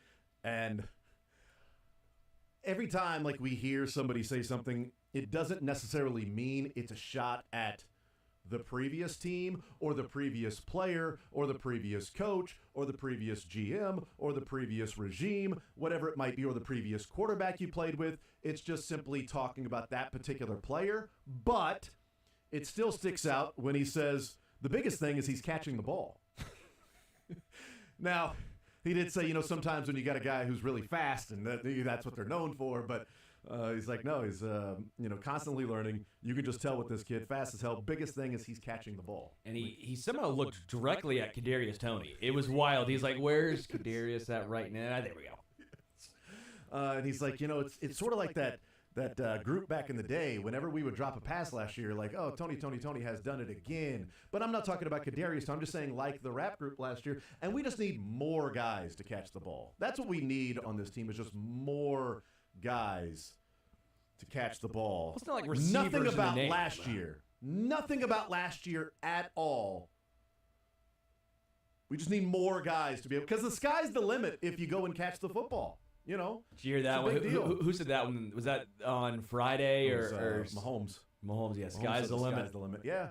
I mean, literally though, Sky Moore is the limit. That's the limit. I don't want to be a joker about the whole thing, but let's catch the football this year. That's what I heard when Trent McDuffie was talking. Anybody else? Am I the only one that heard those words coming from him? Sometimes you got to siphon out the words like an onion to translate. So many layers. Yeah, you gotta peel back this onion. And who really peels onion? You kind of slice them. You kind of cut them. Right. Was it? What did the Texas guy say to Sarkisian when he said you're extraordinary? And he said, as you fold back this onion. What did he say? Ooh. I can't remember what it was. But anyway. Like fold onions. Exactly, yes. It was impressive. cringeworthy because he was talking about how great he is. And to be Texas, you have to have somebody who's extraordinary. And, Coach, you're extraordinary. And you know what I just find just so amazing still, and I think we'll look back in Sarkisian? years and years and years from now. We've complained and talked about the abysmal wide receiver play so much. That horse is beyond dead. It's being beat, and we're still talking about it. After the Chiefs just won the Super Bowl. Yeah. Like, how hilarious and what a wild turn of events of a decade ago. If we're talking about this, the Chiefs would have gone 3-14, 3-12, or 3-13 back then. Like, we're talking about how bad the receivers were and how, like, historically bad they were at catching the football. The Chiefs have hoisted back-to-back Lombardis. It's wild to me. It's what's got to piss off the rest of the league. Like, well, I don't know. Joe Burrow has bleached hair, so now apparently that means the Bengals are back. I think the interesting part about the wide receiver room is there are a few guys there where you have to ask the question, how much longer can you fall back on high ceiling or potential? Like, how many years into the league do you just go, yeah, this guy has talent, but he's never shown that he has the high ceiling that he can reach? Kadarius Toney and Sky Moore being both of those guys. Now, Kadarius Toney, in my opinion, I think is being valued a little bit more in training camp than I've at least heard or seen with Sky Moore. I mean, Sky Moore feels more of like a homegrown guy that they just don't want to give up on. Like, it would be an admittance of that was a failed draft pick. But honestly, with who you have coming in this year, you have somebody like Xavier Worthy who can take that spot. And Rashee Rice last year kind of took that spot as well of being a guy you drafted. Wasn't a first-round pick. Worthy, of course, being a first-round pick this year, but Rice was not. And he lived up to those expectations and then some. To me, I think the Chiefs just have to be honest with themselves after St. Joe and go, are we just going to say, oh, this is the year for Sky Moore, a different role, oh, he can be in the slot, he's a number 4, number 5, not high expectations. Well, if you're number 4, you're number 5, you're not getting on the field that much. And at that point, how valuable can Sky Moore really be? With Kadarius Toney, maybe you can spin it as special teams or in the running back hybrid role that he's been in. Sky Moore, though, it is just simply being a wide receiver. And if he's not going to live up to the expectations that you had for him in the draft, I think it's been enough years at this point. If it was 1 year, 2 years, I get it. You feel like a breakout's going to happen. I don't know with who you have out there how he's going to get on the field. I really don't. Rice, if he's out there week 1, there's Hollywood Brown. You still have to worry about Travis Kelce getting catches. Xavier Worthy, Justin Watson gets more run time than him. Where's it going to come from? I don't think there's any. Well, and to your point, the Chiefs aren't really scared to release or at least admit mistakes. Breeland Speaks is the perfect example of this. That was Brett Veach's first ever legitimate draft pick, correct? Was Breeland Speaks? Yeah, he traded up for him. And he lasted how many years? A couple. It's about this time. And they go, you know what? It's not working. Yeah. We'll give you 2 years. It's not working. So they're not scared to, with a second-round draft pick that they traded up for, say, you know what? This isn't going to work. So Sky Moore is on thin ice, and Andy Reid talked about it. He what was it, a few days ago, talking along the lines of, it's been a few years now. You got to go out and play. He did say he's done a good job so far. I know you've seen the highlights. Every time you see a drop, it's going to circulate because it's Sky Moore. Fair or not, that's just the nature of the beast. But I would not be surprised, I don't know if you would be, if he was cut. Well, I wouldn't be surprised if he's cut or traded. I mean, honestly, like, you would say, well, does a team really want to trade for him? Well, I mean, a guy who was a second-rounder has a level of at least draft pedigree. In fact, you could make a case that if this guy was on a different team, he might be the player that Brett Veach trades for. Like, you wouldn't give up much. It might just be like, hey, a swap of seventh-rounders. Sure. Like, and I think, like, with Kadarius Toney, I don't think it's going to happen. But, like, Kadarius Toney, if you cut him, it costs the same amount to keep him. So the entire contract is dead money. If you trade him, you don't take any dead money. The entire contract is cap savings. Would that be worth it if it's just like, hey, we'll trade Kadarius Toney and a seventh-rounder for, a 2026 seventh-rounder, and now we get $2.6 million back in the salary cap, and, other guys move up. And that can help a contract extension. Right. I mean, it's just so, like, it may work itself out from trades, not necessarily a cut, but from trades, because Nico Remigio is a guy that is making a name for himself, and Dave Tobe loves the guy. That's a great point. I think he's moving up and up the depth chart. I think he's got a great chance of making the team. I would like to see him make the team because I think he can make some plays. And if he's your best kick returner, then damn it, put your best kick returner as your sixth wide receiver rather than a guy who's not going to give you much as your sixth wide receiver anyway. That's a great point. I hate giving you credit, Jason, because it pains me. Every time I do this, I have to like preface this by like some long-winded thing because I don't like giving you credit. But yeah, it's the same thing. Wide receiver 5, wide receiver 6. They're not really seeing the field to begin with. Kadarius Toney, do you want to see the field to begin with? I know they're using him as a running back, and okay, that's fun, that's exciting. How many touches is he getting out of the backfield in any given game? I'm assuming less than the amount of punts or kick returns that Nico Remigio is going to get in any given game. Who's giving you a bigger impact? Might not be as fun or as flashy, but I think you're right. And if you can save money by trading Toney, by packaging a 7th with it, and then all of a sudden you still get to keep Remigio and he makes the roster, that might be your biggest and best chance of an impact play in any given game. I like that. We'll see. And by the way, just sorry, very, very quickly here, the second round tender or Kadarius Toney being a former first round pick, you know how much we laugh and say there's nothing there, and then all of a sudden when you are the fan base that gathers a former first rounder, does John Ross ring any bells? Remember that 40 time he ran? That was great.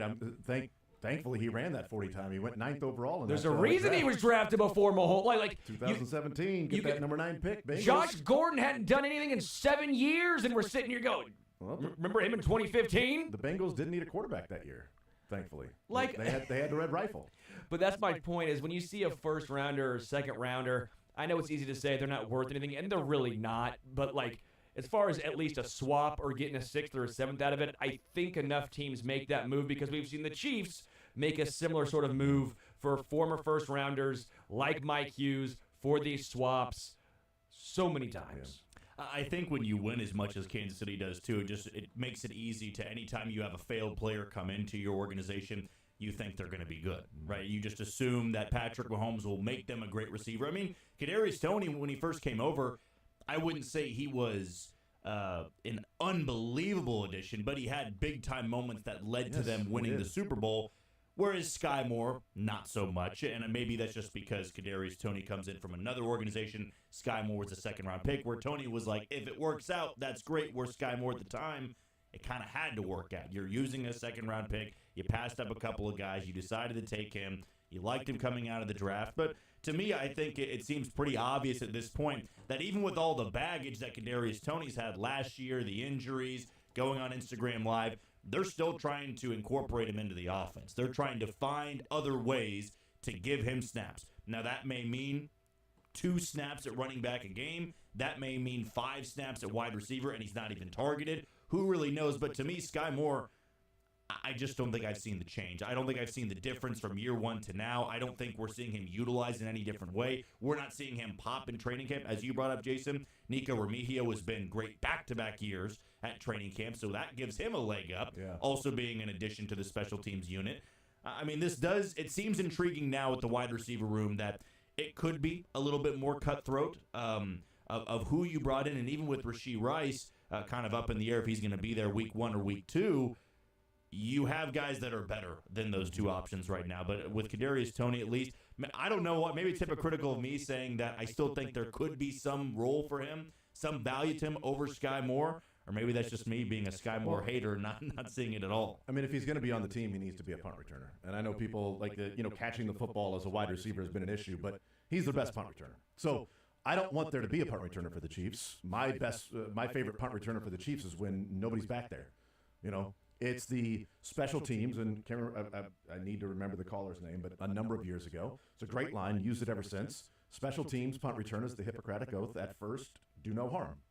Your job is to make sure Patrick Mahomes gets the ball. That's it. That's it. Patrick Mahomes touches the football when the defense is punting. That's your whole job.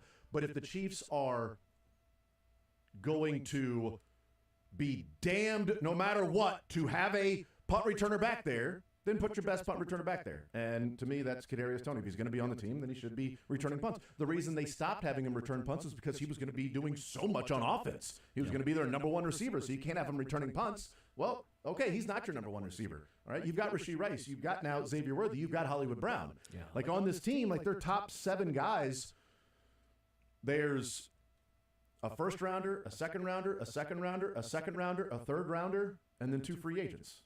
One being Hollywood Brown, one being Justin Watson. But they've got Xavier Worthy's a first rounder, and then you've got Sky Moore, Rashee Rice, and McCole Hardman that are all second-round picks, and then Kadarius Toney's a third-round pick. That's what you traded to get him. Like you've got, 5 of your top 7, you've spent a first or second-day draft pick on those guys. Doesn't McCole Hardman almost seemingly fall by the wayside in all these conversations now? Yeah, I don't think he. I think it's such a split opinion on McCole Hardman. I don't think he's making the team. I wouldn't have him on the team. But plenty of other people with their 53-man projection that are out there watching training camp have McCole Hardman on the team. They've already proven that they're okay with moving on from him once. Yes. Like last year. They end up, trading for him. But like McCole Hardman makes the team over Kadarius Toney. Oh, okay. Well, they love Kadarius Toney. Makes the team over Sky Moore. No, I'd rather see Sky Moore, quite frankly, because I feel like they have McCole Hardman and Xavier Worthy and Hollywood Brown. They didn't have McCole Hardman last year. That's why they traded for him. That was the whole conversation as well. That's why they brought him back, but then they really doubled down with a Hollywood and Xavier Worthy. Yeah. And then you're talking about it. Obviously, I wonder how much of this comes down to, again, Rashee Rice, right? But you have Rice, Hollywood, and Worthy. Those are your top 3 guys. I think the Chiefs trust Justin Watson, right? I'm convinced that he's he's making this team, right? Yeah, he's wide receiver 4. So he's wide receiver 4. When you get to wide receiver in 5 and 6, it's not, again, as you're mentioning, not as much of, well, he might be a better receiver, but he's only going to play 8 snaps a game tops as a wide receiver. The majority of it is going to be on special teams. I don't think Hardman's making the team better by him being a special team guy over Toney or over Nico Remigio. I think it's an interesting case where the name McCole Hardman actually might outweigh the production going forward. We'll take a timeout, come back, continue rolling. I do want to hear a little bit from either this hour or next hour. We'll hear a little bit of what's taking place this offseason, with the latest coming down on Thursday afternoon with the Raiders and the talking that's gone on since the Christmas Day game. We'll take a timeout. We'll come back, continue rolling. More Zone right after this.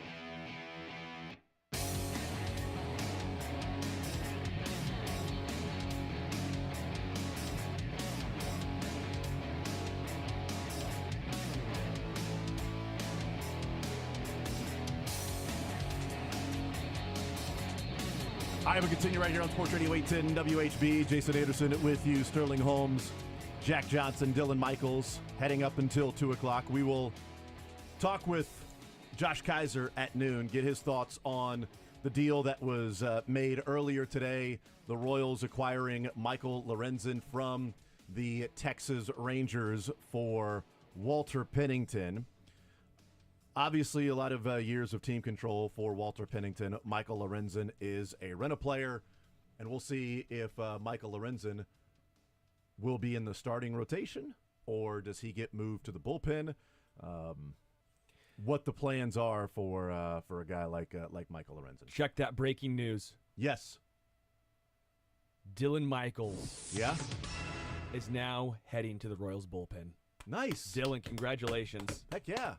I Congratulations. thought it was real breaking news. I really like did that too. breaking news more. No, I was being a smart ass. I I was being a smart ass. Yeah, Dylan, that's I awesome. think you're the new bullpen arm, okay?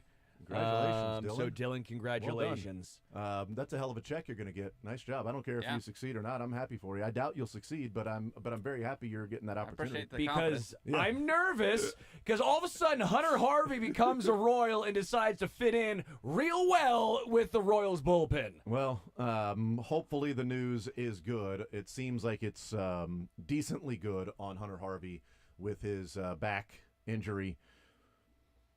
Schreiber may be going on the IL. We'll see what happens with that. But hopefully Hunter Harvey is okay. He looked incredibly uncomfortable yesterday when he was pitching, and I'm sitting here going, well, that's an oblique. Great. There he goes, 6 weeks. Down for 6 weeks. There's an oblique injury for Hunter Harvey, and now the Royals just traded for the guy. Way to go. Is there like a lemon policy where like You get to trade him. you get to trade You him get 90 back? days You get or your money back? You get your money back guarantee or something like that. They should. Every single trade. No, it shouldn't be that. It shouldn't be Can 90 we days. trade? 'Cause then, Can we give Hunter Harvey No, back? because or- then the Royals would have had to give Cole Reagan's back. Yeah, he would have. What about 2 weeks? Is there Yeah. like a 2-week policy? Because I, you know what? I'll say it. I think I'm ready to trade that one back. The Hunter Harvey or the Cole Reagan? Hunter Harvey. No, not Cole Reagan. I didn't know. You said No, that. I mean, we mentioned no. a couple of different trades. No. You said- You, I think Yeah, I'm that ready one. to announce that I would like to revoke the Hunter Harvey trade. Oh, really? Okay. Am I wrong in this statement? Am I? I think it's a little bit early. I don't think he's been good by any means, but I also think that he'll get a lot better as the season progresses. Maybe I don't know. I mean, maybe the season's been progressing a lot so far, man. We're yes, but I think in Kansas City, of course, his role in Washington. I also thought that early on in his tenure with the Royals, it was not going to be as good because he was so overworked in the first half by the Nationals, and that could be a problem all season long. Maybe this little time off with the back spasms, maybe you don't throw him for 4 or 5 days. I don't know. It could help there, but I don't know if I'm willing to give up just yet on him. But he sure as hell has to get a lot better because he's been hit around. He hasn't been throwing strikes and fitting in, as you just said, with the Royals bullpen. So some Olympic updates. This isn't a spoiler alert. If you're planning on watching it later on today, neither of them are over. But the United States and China are battling in a couple of different competitions right now. The men's team final gymnastics through 3 rotations, the United States in second place behind China. And in indoor women's volleyball, the United States was down 2-0 to China.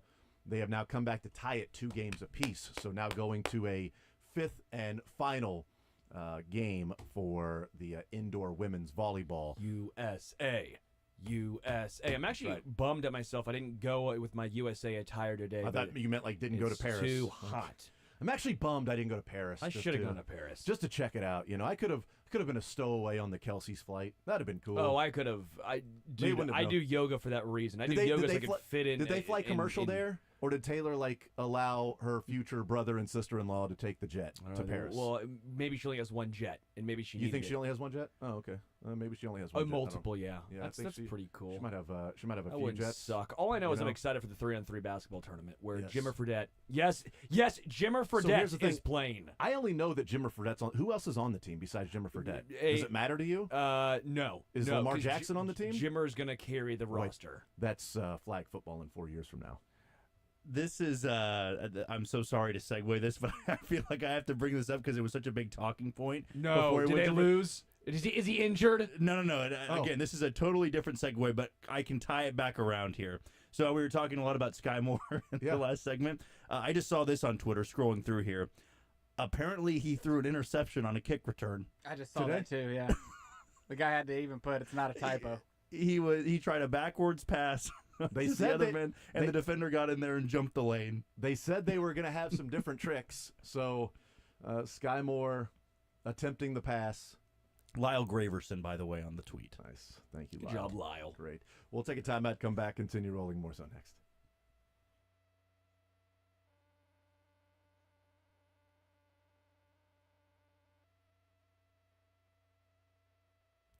Visit Hollywood Casino at Kansas Speedway this.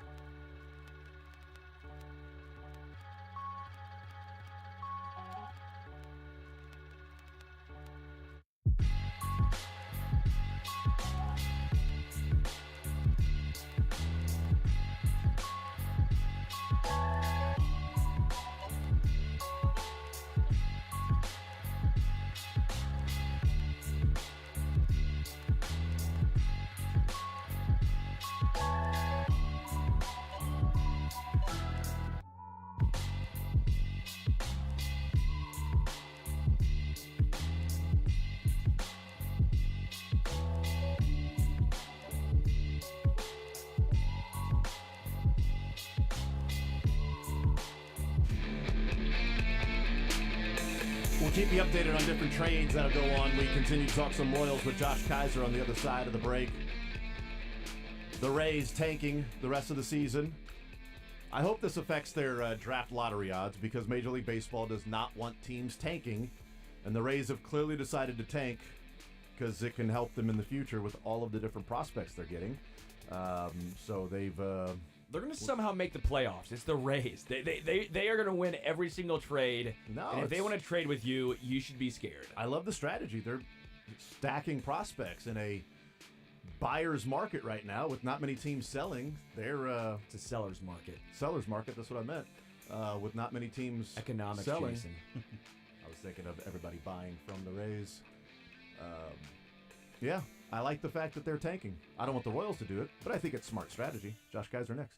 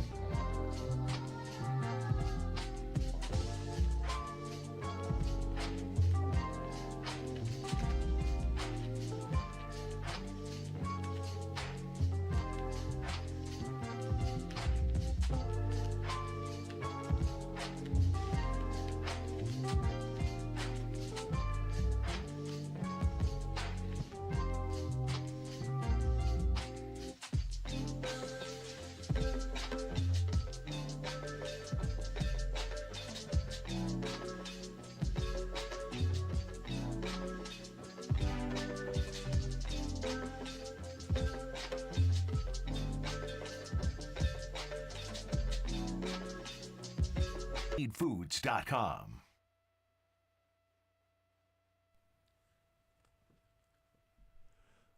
All right, we continue right here on Sports Radio 810 WHB. Jason Anderson with you, Sterling Holmes, Dylan Michaels, heading up until 2 o'clock. We talk some Royals now with Josh Kaiser, One Royal Way podcast.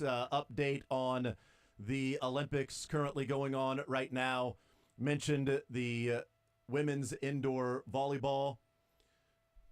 United States against China. U.S. was down 2-0, 2 games to nothing, and they came all the way back to tie it at 2-2. It's now in the 5th and final game against China, and China's on top 10-8? 8-10. No. Larger number first. And the United States in third place in the men's team final all around after 4 rotations. But China on top of the U.S. in the women's volleyball, indoor volleyball, 10-8 in the 5th and final game. And then third place, the United States in the men's team final. All right, let's bring in Josh Kaiser, One Royal Way podcast, joining us here on Sports Radio 810 WHB. Josh, welcome to the show. How are you, sir? Doing great. Excited to be around again. We got some stuff to talk about. Yeah, they got some trades coming down the pike.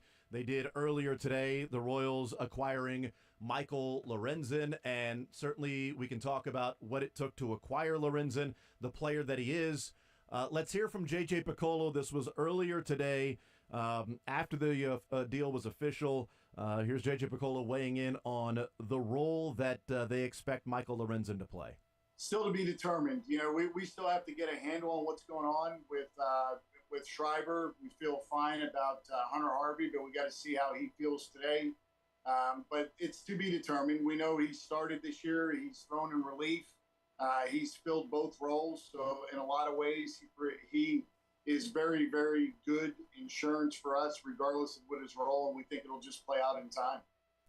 So good insurance for the Royals. That was the initial conversation about what his role will be, undecided.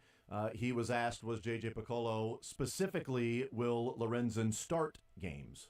Yeah, there's a chance he makes starts for us. You know, we've all talked pretty openly about the number of innings our pitchers have thrown. So that's something that if we decided to skip starts or do something along the way, we have another person that we know is very capable of making starts. So we would expect him at some point to make starts. It's just a matter of when. And I know Q and Brian Sweeney, they're digesting everything right now and talking about it. So we'll see how it goes and make that determination along the way. All right, Josh, let's talk about the trade. Michael Lorenzen is a Kansas City Royal. What's your reaction? We hear what J.J. Piccolo had to say, but your reaction to the Royals acquiring Michael Lorenzen? My initial reaction was, Walter Pennington, no! Of course it was. But as I kind of let the sadness and the outrage and the grief processing kind of take over, it kind of sounded exactly what JJ was talking about. It was an insurance policy, and I do like that fact about it. It is kind of a savvy, marginal trade that could have big ramifications in general that you just won't see and be able to determine for sure. I think we've seen lately a little bit of the effect of what all these innings is doing on this rotation. We've seen Lugo kind of get hit around a little bit. We've seen Reagan's velo kind of dip and then come back up and then dip. And then, you know, Marsh has never been a substantial starter. Singer has been shut down the last 2 seasons. So we're kind of getting to that point where an insurance policy probably needed to be done. And if you're able to do that and potentially push Marsh to the bullpen at some point in the season, if that's what it calls for, you're kind of killing 2 birds with 1 stone at that point, and getting Marsh in the bullpen could be a pretty good asset. So if you're able to do that for a Walter Pennington, an undrafted free agent that is a lefty, that does not have big velocity, that has a razor thin margin of error at the major league level, I think you got to do that trade. So after the sadness subsided, I think it does make sense on paper. Yeah, and I one of my biggest questions when the deal came down is, you know, how would he be used? How are they going to use Michael Lorenzen?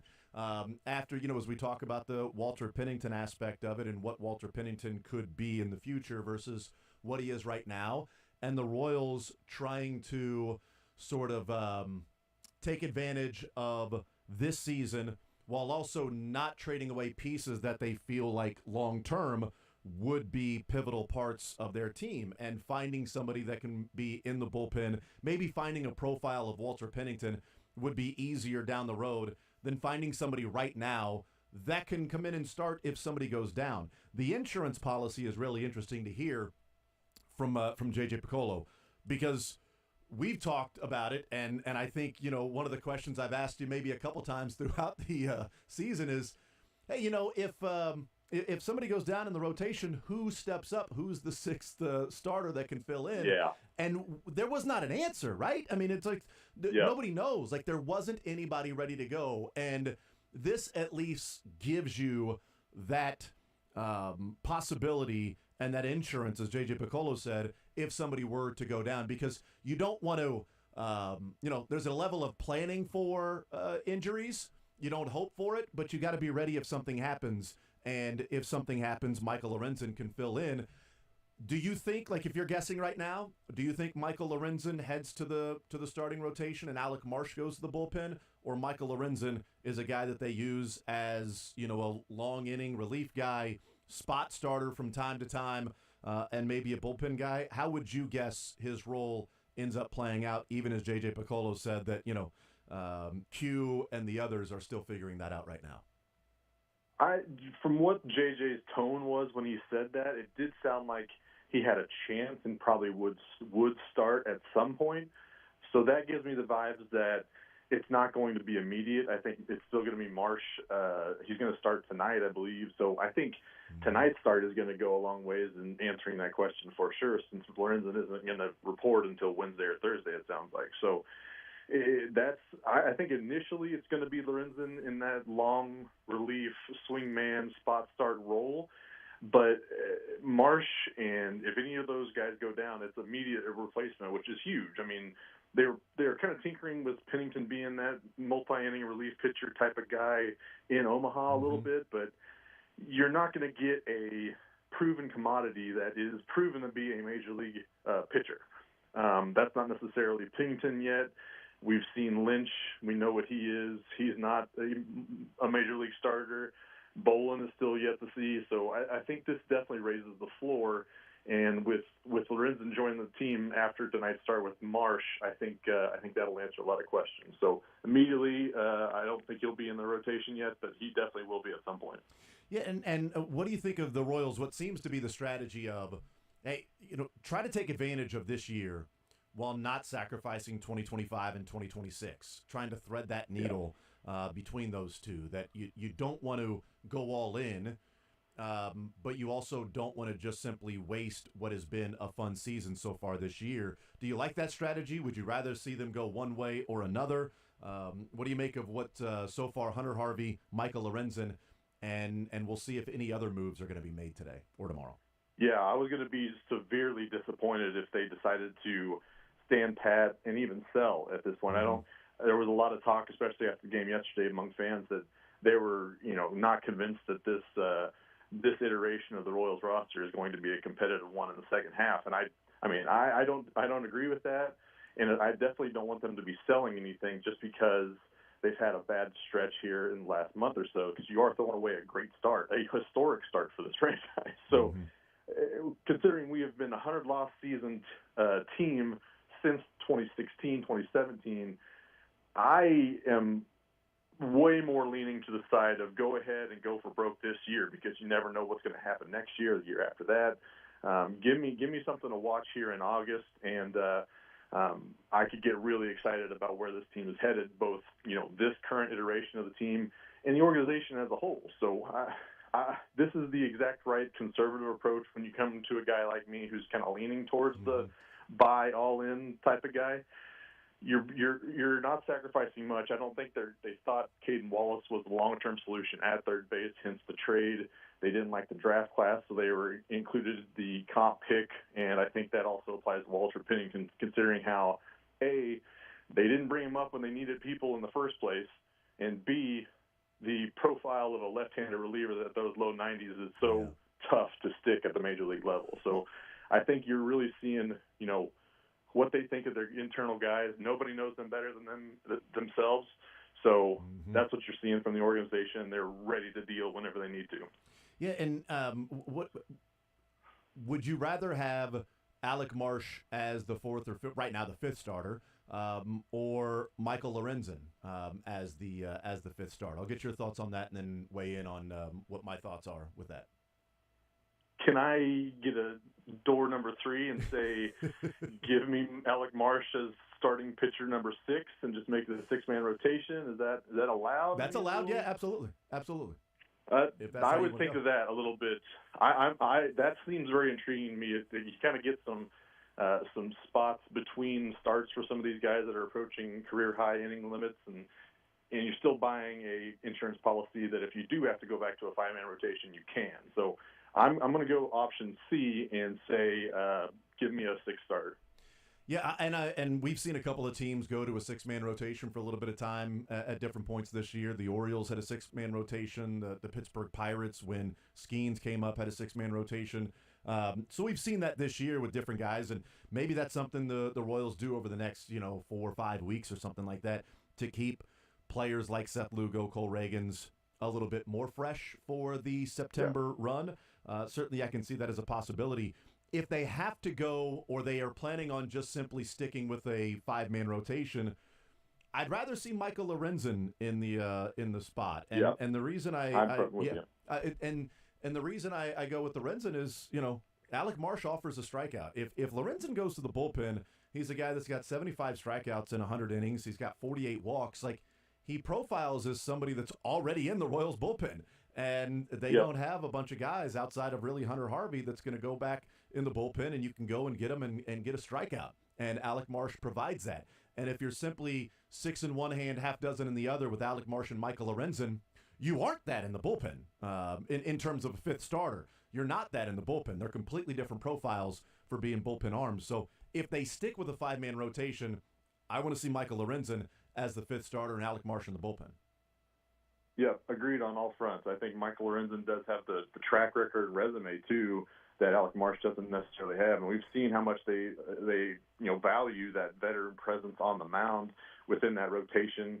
Not saying anything like Marsh isn't able to provide that. He's certainly got the confidence to be able to do that. But there is just something different down the stretch when you get a guy like Lorenzen who has been there before, has pitched competitively in, late in the season, and is able to put things together. So he's a little bit longer of a track record as well, but you're right. The profiles of both guys suggest that Marsh is going to be way better in the bullpen than Lorenzen is, and especially when you kind of think about what kind of looks they already have coming in the bullpen. Now, I will say that Lorenzen does rely quite a bit on his breaking ball stuff. That's where his strengths are, and that kind of screams a little bit of a fireman role to me. His ground ball percentage isn't crazy good, but that does kind of give that fireman role profile a little bit longer of a look. So that with Schreiber going down, that might be a utility they could use him for, or a role they can use him for. But yeah, in the end, I think at the same time, I think the safest thing is to do throw Lorenzen into the rotation and see where we are. Do you think they, Josh Kaiser's our guest, do you think they make a move for a bat? We've seen a reliever, we've seen a starter / reliever / swingman. Do you think they make a move now for a bat, like that's the next thing? And J.J. Picollo said they're still going to be busy and try to get deals done. An hour ago, Jim Bowden tweeted out that the Orioles, the Yankees, the Red Sox, and the Royals are the teams most serious about Tanner Scott from the Marlins. I'm not sure what the ammo would be for the Royals compared to some of those other teams. We'll see, but Tanner Scott is a guy that is at least being talked about for the Royals. That would be another arm. That would also be a rental. Another arm that's a rental. Do you think they make a move for a bat outside of these two moves for arms? I think so. I want them to. It may not be sexy. It might be Tommy Pham. It might be Kevin Pillar. But both those guys probably improve, especially that leadoff hitter spot. I don't want to see Adam Frazier or Garrett Hampson in that leadoff spot ever again. And if that's if it's the cost that comes with getting like a Tommy Pham or a Pillar, I guess I'm fine with that. I would much rather it be a little bit splashier, like a Renifo or a Taylor Ward or a Lane Thomas that they've also been connected to. So I'd much rather it be those guys, and I think that they do eventually get something done. Personally, I would be a little bit underwhelmed if it was for a guy like Tommy Pham or Kevin Pillar, but I can understand the move. I think I could get behind the move, but it just wouldn't be very exciting. The Tanner Scott thing is a wild thing to me because, like you said, the ammo to bring back, those are some of the better farm systems in baseball. And the Royals being able to stick around in there is very interesting. It really makes me wonder what the talks are at that point. But the fact that they are still in on Tanner means they're still in the mix for other top guys. Like, I mean, the Nationals still have some guys. There's the White Sox, the Kopech and Brebbia are still out there. Yeah. There's the Rogers brothers there in San Francisco. So there's guys out there to go get still. And I know all of us were antsy as we saw all of the trades come across the wire. We were like, why aren't the Royals doing something? I was right there with everyone, but at the same time, there are still plenty of options out there. So we just got to chill, let them do their thing. The fact that they're still in on Tanner Scott is incredibly encouraging to me. Yeah, and maybe the surprising part, Tanner Scott was surprising because of it being probably the cost and a rental.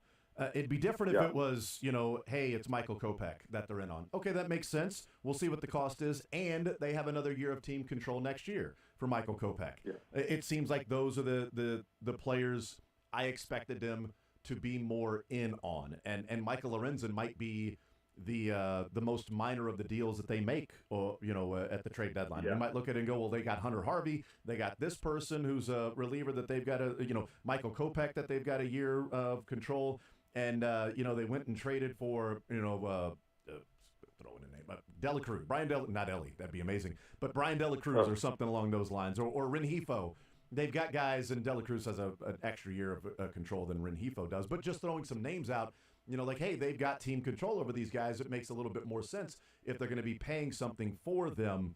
That was what the little surprise was with the Tanner Scott. And what's interesting, too, about seeing some of these other teams and the moves they're making, the Mariners, the Yankees, I mean, they made trades for non-rentals. They made trades for guys who were going to be a part of their team for the next couple of years. Jazz Chisholm is, has 2.5 years of team control. Arozarena, 2.5 years of team control. And the Yankees and Mariners make that deal. Isaac Paredes to the Cubs, 2.5 years of team control. Like, those were the players I thought the Royals would be more in on. But some of those players with the longer team control are the ones that seem to be going that I thought, the Royals might be interested in. Jesse Winker, a one-year rental bat that I would have liked. And it's been more of the guys with team control. And it's a little surprising from some of those teams that are trying to go for it this year that they've acquired guys that aren't just rental players that are going to be a part of their organization the next couple of years.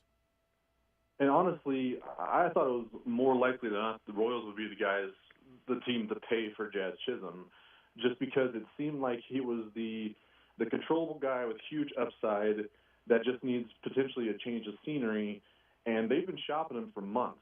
So it doesn't seem like they were getting the asking price that they were wanting. They were always connected to Jazz Chisholm, one of the only teams that were ever always in the back, just trying to make sure and keep an eye on the price. So it was kind of surprising to me that Jazz Chisholm did get traded and it wasn't to the Royals. Now, I don't necessarily like Jazz Chisholm as a Royal in that situation, so I was happy to see that there was a point where there's like, nah, we can't match that. Go ahead and pull the trigger elsewhere. We'll look elsewhere. So it does show me that they are trying to do a little bit of everything. They're aggressive. They're staying aggressive despite having a tough series against the Cubs, and that is encouraging for sure. So I think we still see some things happen here in the next 24 hours, when we're at 30 hours or so. So I'm just kind of refreshing Twitter at every second just to see what the situation was. Josh Katz is our guest, One Royal Way podcast. I brought up this theory last week, and I have no idea how much there would be any validity to it whatsoever, but they introduced Jack Caglione last week, and he signs his contract, and they've now, got him in the organization. And I threw out the possibility that maybe the Royals do make a bigger trade. This was before Rosarina was a Mariner and Jazz Chisholm was a Yankee.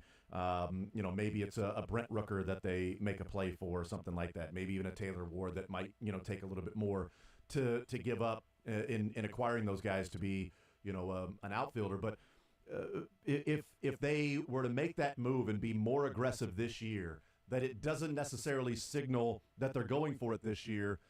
It could also, if they were to use more resources than expected this trade deadline, in their mind, do they believe they have a bat in Jack Caglione that would be their trade deadline acquisition next year, which will cost you nothing? So if you feel like Wyatt Langford got into the system and just mashed and opened up the season with the Rangers, and I'm not saying that. Like Dylan Cruz has come on of late, and, he might be making his debut with the Nationals here soon. We'll see if that's the case. But if Jack Caglione gets into the system and starts hitting and is advancing, if in their mind they think they have this advanced bat that, they're thinking August next year, then, maybe they go more aggressive this go-around because it's not going to cost them a prospect next year to make one of the biggest acquisitions in baseball, which would be bringing up a bat like Jack Caglione.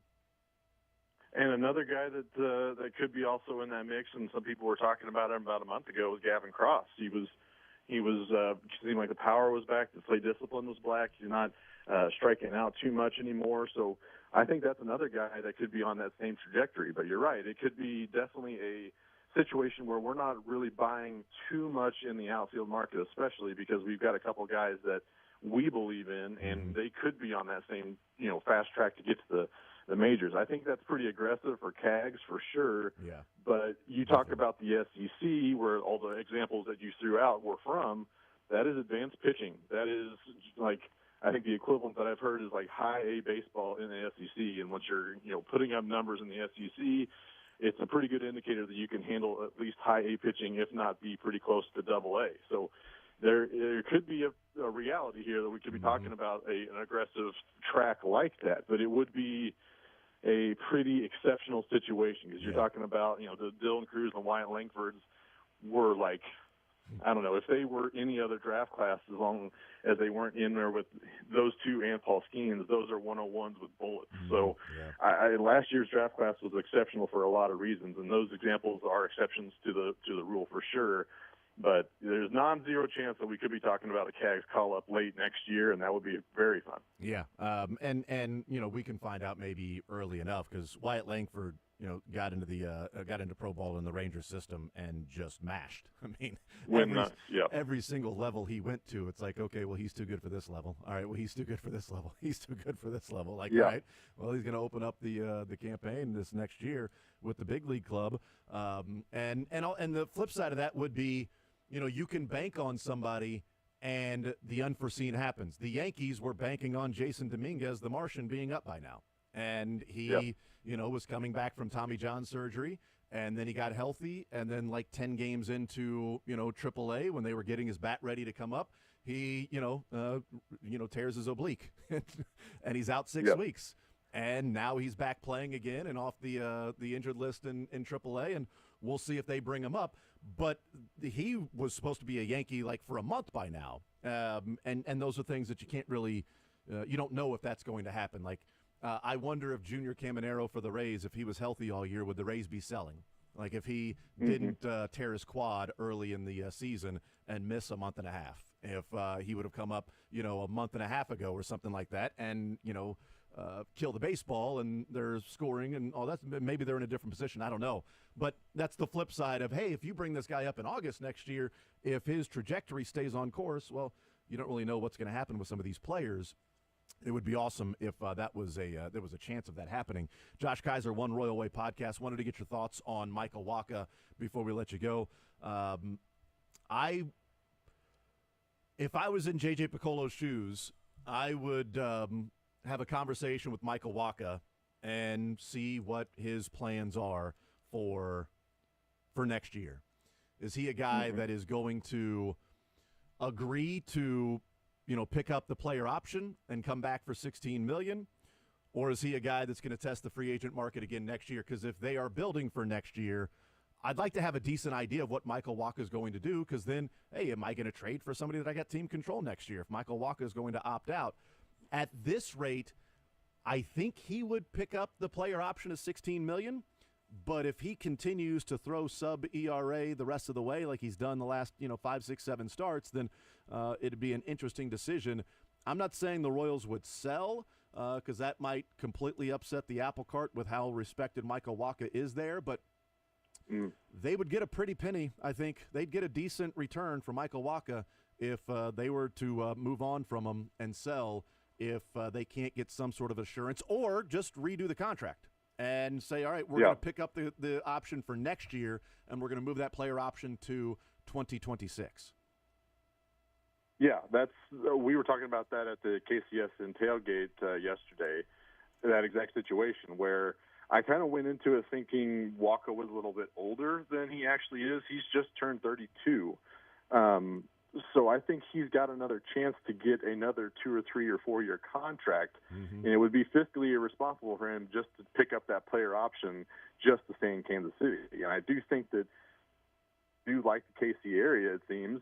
He's obviously a leader in that rotation. I think the Royals will really like the fact that he's been a super leader on that rotation and, really changed the culture. And I'd be curious just how much. I would love to sit down with the other 4 guys in that rotation just to see what they thought the impact was truly for Michael Wacha's presence. And if that is the case and it is a substantial presence, then I am J.J. Piccolo, and I'm giving him at least another 2-3 years to stay in Kansas City and be the anchor in that rotation, regardless of his production. So I would think Wacha does not pick up the option, and I do think that JJ would still very much like to bring him back. But if neither of those scenarios are on the table in this conversation we're having with Michael, then I think you at least got to start listening to things.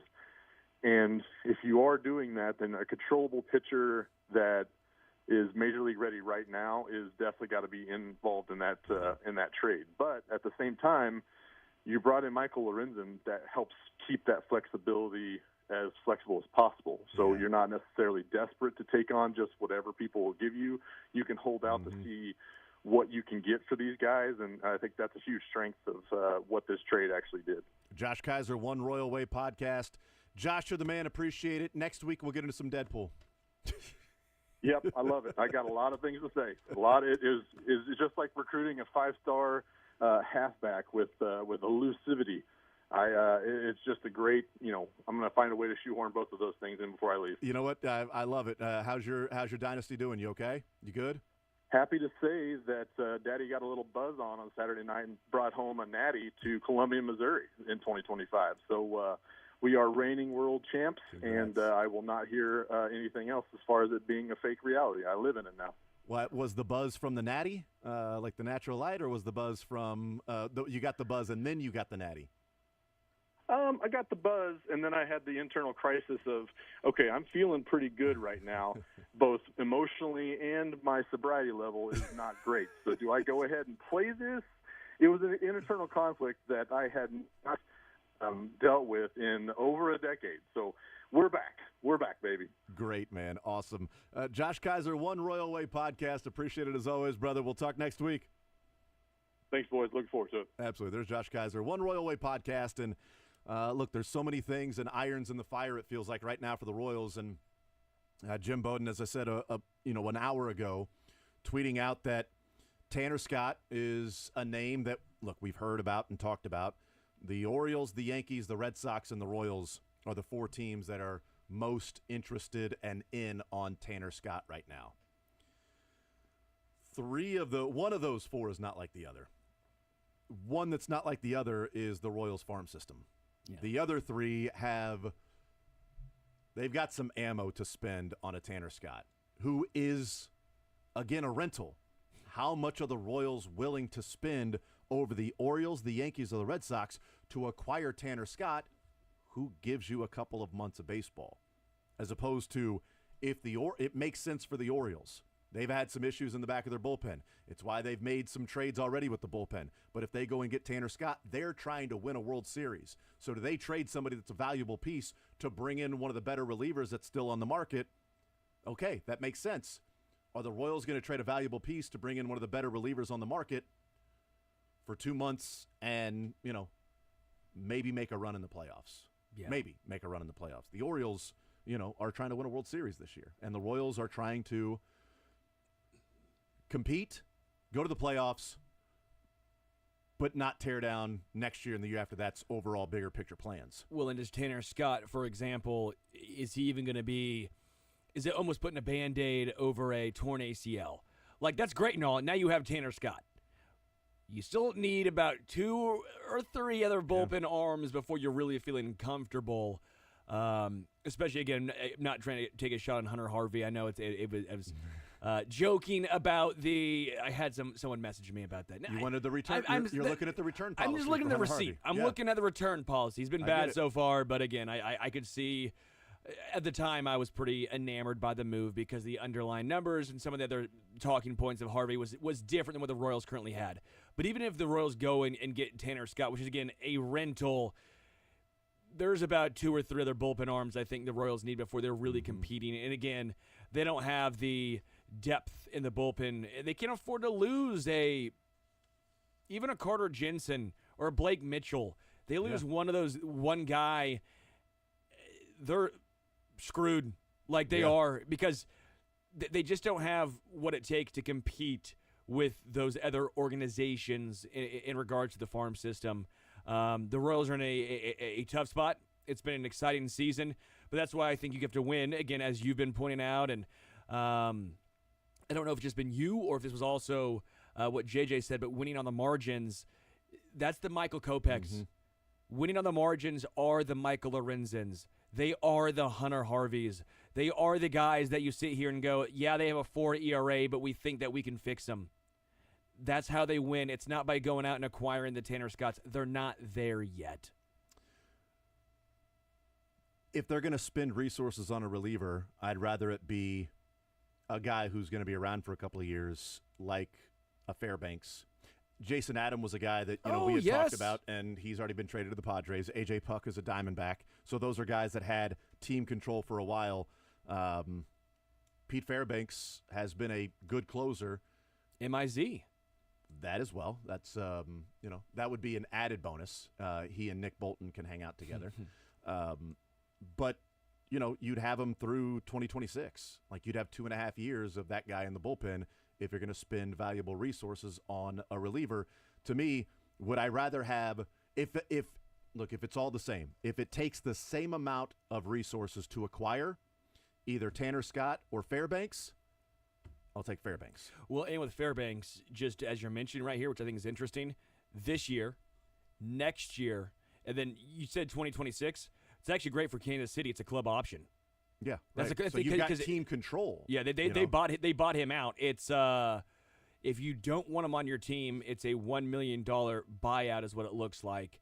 If you do want him, it's I think $7 million for, again, if he's pitching great, that's your closer.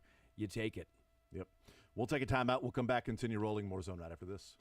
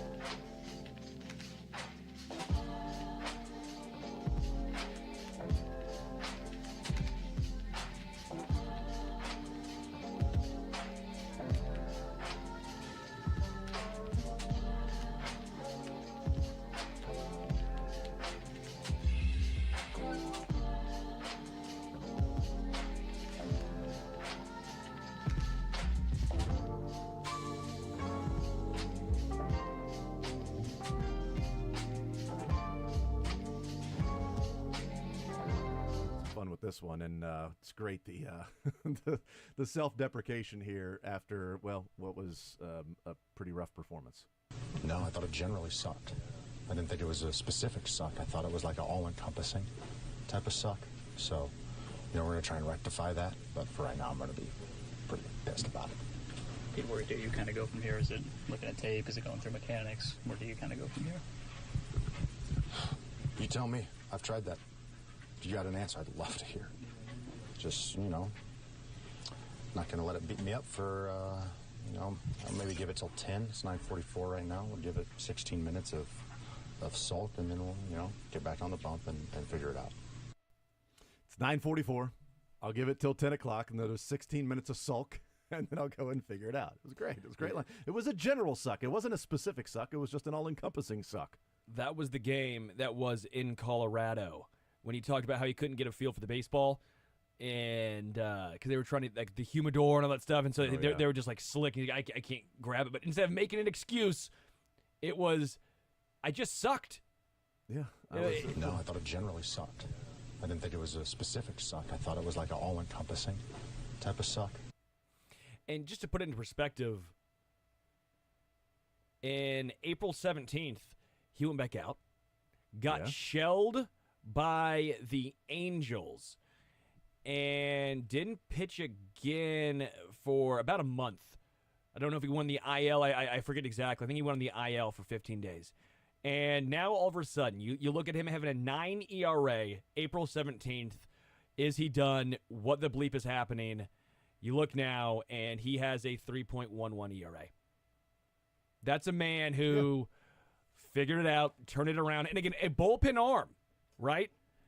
A bullpen arm who got shelled, give a lot of runs, and dude's back. Yep. Update on the men's gymnastics team final. Again, this is live right now. It's not over. But, if you're planning on watching the taped, tonight, tape delay, right now, after 5 rotations through the men's team final, the United States is still sitting in 3rd place right now. So they are still in medal contention right now, sitting in 3rd place in the men's team final right now. 913-912-4810. We'll talk with Mick Schaefer coming up at 1 o'clock.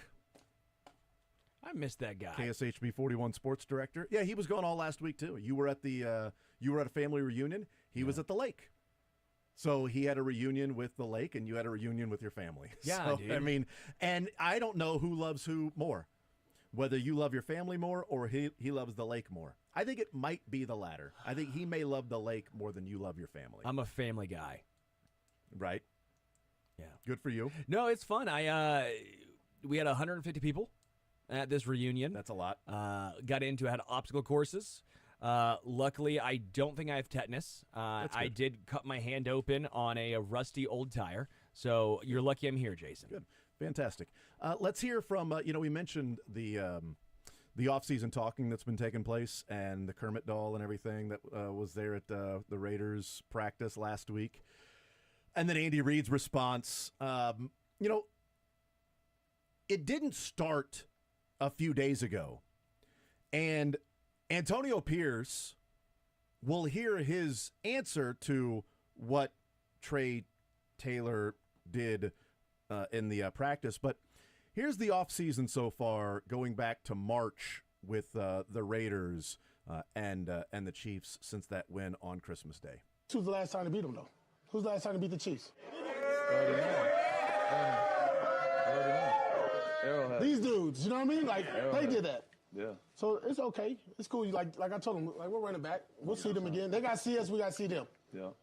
And we already given the recipe of how to do it. These guys know what it's like to hate the color red.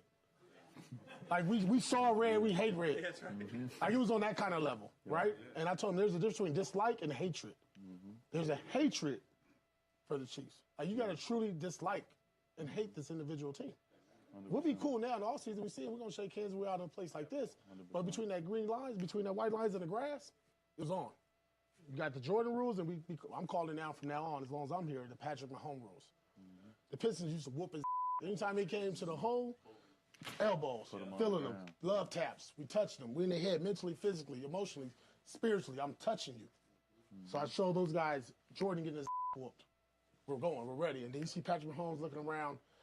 But the best part about that game, Max knows it, we did a great job in the fourth quarter in the red zone, on fourth down when they kept going for it. Patrick put his cape on, and these guys wouldn't let go. I mean, they were relentless. I'm here. I'm here. I'm here. Yeah.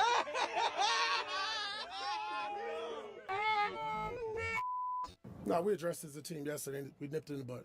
It's over with. It'll get handled when it gets handled. We don't spend a lot of time here with puppets, so it's we try to do our work and try to get better. It'll get handled when it gets handled. So there you go. There you go. Let's not act like it was the Kermit doll that was the first thing that happened this offseason.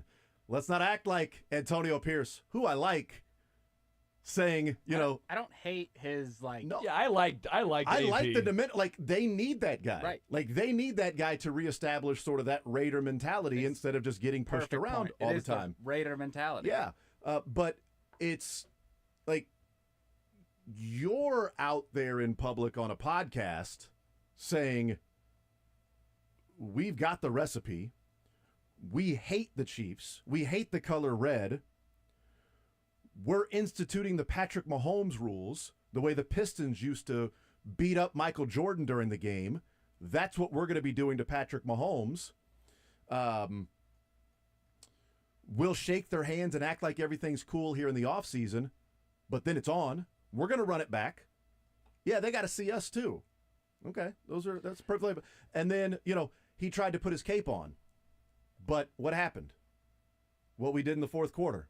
Hey, he tried to put his cape on, but we didn't let go. We didn't let go of the rope. We didn't stop. And then you hear the Kermit the Frog or whatever with the seventh rounder getting a little too excited. But Antonio Pierce is like, no, we handle that. It's been handled. And then later on in the press conference saying, guys talk, but if there's an over the line, then we'll handle it internally and we'll talk about it.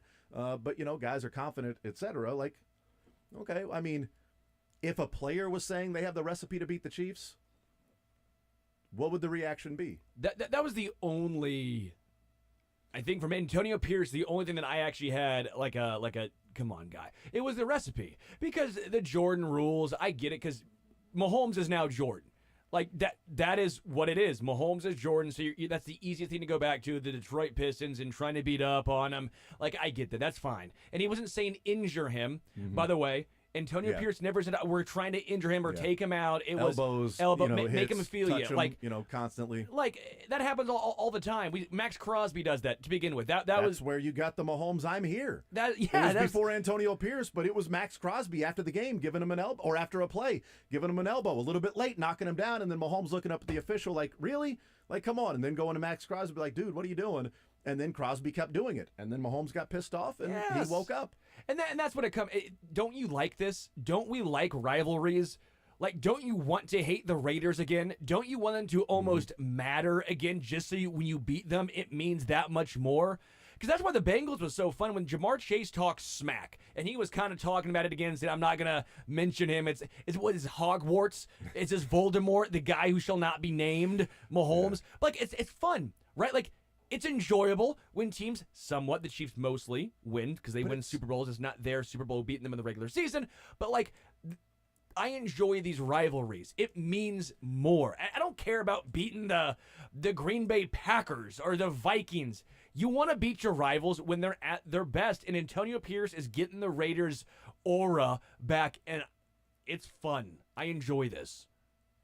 I was going to say, the two things I have a problem with is, one, they're not our rival. They're only the rival because of the 60s and 70s. It really hasn't been a, well, if this team wins, they're going to win the AFC West rivalry since that 1 year with Derek Carr when he got injured as an MVP. And since then, it hasn't been. Either we're bad or they're bad. And in the last 6 years, it's Chiefs are 10-2. Exactly. And it's like, Jason, I think he should have said this in a team meeting room. Not on a podcast. I think I wouldn't have an issue with any of the things he said if it wasn't on the pivot. Yeah. And no one would know about it. And this was back in March. Like, we played it at the time when it came out, but then this happens late last week, and it's like, I like Antonio Pierce, but it's kind of tough for you to be like, no, we handled that internally. That's not what we're, we nip that in the bud. It's over. But you've also gone on record of saying that you've got the recipe to beat the Chiefs. It's the Jordan rules. Yeah. We have taught these guys to hate the Chiefs. We have taught them to hate the Chiefs, hate the color red. Well, yeah, but don't do that. Don't make fun of them. You can hate them, but we're not going to do that. We're not going to poke the bear. Oh, really? You saying we have the recipe to beat them? We're instituting the Patrick Mahomes rules. Mahomes tried to put on his cape, but we didn't let it happen. That's not poking the bear? That's the head coach saying those things. Dog. The Chiefs won a Super Bowl in their stadium before the Raiders won a damn playoff game. That was the one thing I was going to say is good teams' rivals are not solely in their division. Mm-hmm. The bad teams in the division have rivalries with the best teams in their division, and then no one else. You don't hear about the Raiders and blank, or the Raiders and this, or the Raiders and, even Chargers.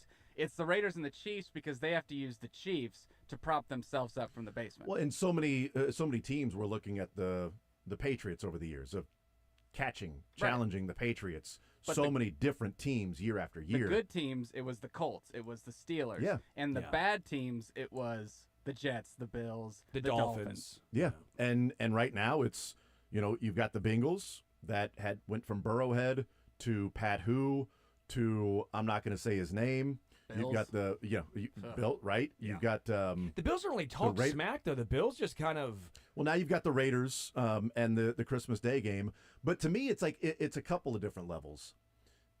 From the Bengals standpoint, what are you focusing on? You can't even say Patrick Mahomes' name. And they bleaching hair. They're all about bleaching their. I don't care about that. But dome. You can't say Patrick Mahomes' name. Then what are you focused on? He is clearly so far in your head that you can't even say the name. I thought it was funny, man. When Andy Reid says we're not really into puppets around here, meaning we go and win Super Bowls. What we're doing around here is getting ready to go and three-peat. They can play with puppets all day. That's why they suck. Now, it's not the team. It's one person that got caught up with a fan after practice, so it is not all-encompassing of the Raiders organization. But does every single Chiefs person, player, know all of the details as to how that happened? Or they go, or as Andy Reid said, I don't care about, has Andy Reid watched the video? Or he goes, well, we're not really doing much into puppets. We're getting better every day. That's what we're doing here. And people have already talked about the recipe. Here's the recipe to win this. Here's the recipe to do that. The flip side, we've already discussed it. The recipe is scoring 2 different defensive touchdowns and not completing a pass after the first quarter. But also, the last 4 possessions for the Chiefs, now they lost by 6. It was such a dominant, embarrassing performance for the Raiders that all they've done is talk about it. They won by 6 points. Butker missed a 36-yard field goal. They had 4th and 5 at the Raiders' 43-yard line. That was an incomplete pass. Tommy Townsend shanked a punt 22 yards, which resulted in Vegas kicking a field goal to go up 20-7. Chiefs had 4th and 7 at the Raiders' 20-yard line, and it was an incomplete pass. Then they scored a touchdown. Those were the last 4 possessions for the Chiefs. Butker, or actually last 5. Butker missed field goal, 4th and 5 in Raider territory, a 3-and-out where Tommy Townsend shanked a 22-yard punt, 4th and 7 at the Raiders' 20, and then a touchdown. Credit to the Raiders for buckling down, as he said. Yeah. They got into the red zone, 4th downs. They kept going for it on 4th down. We kept answering the bell. Credit to them for that. That's great. That's awesome.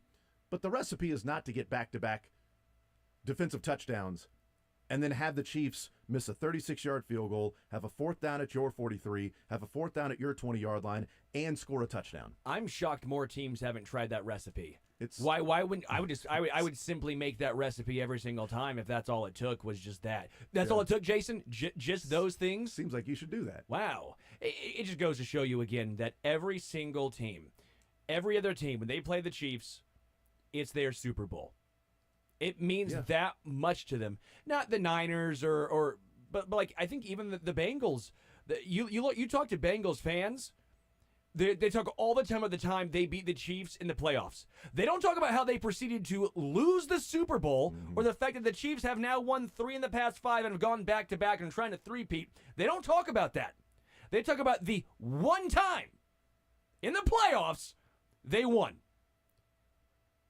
Blows my mind. Yeah, and aggregate scoring is tied in the playoffs in the AFC Championship games. Chiefs and Bengals, but the difference is the Chiefs have added 3 Super Bowls in the 5 years. Well, the Bengals fans don't care. They only care about that one time. That's the only game that mattered. They can't only care. game that mattered. They can't care about Super Bowls. It's like, is it better to have loved and lost than to never have loved at all? Well, the Bengals have never loved at all. Oh no, they've loved and lost. They don't have any trophies. They've never loved. They've gotten close. They're great at making the Super Bowl. Yeah, they've gotten close, but they've gotten dumped right before love. Yep. Yeah. The Chiefs. They went to the altar, and she wasn't there. No, that's right. We'll take a timeout. We'll come back and wrap up this hour next.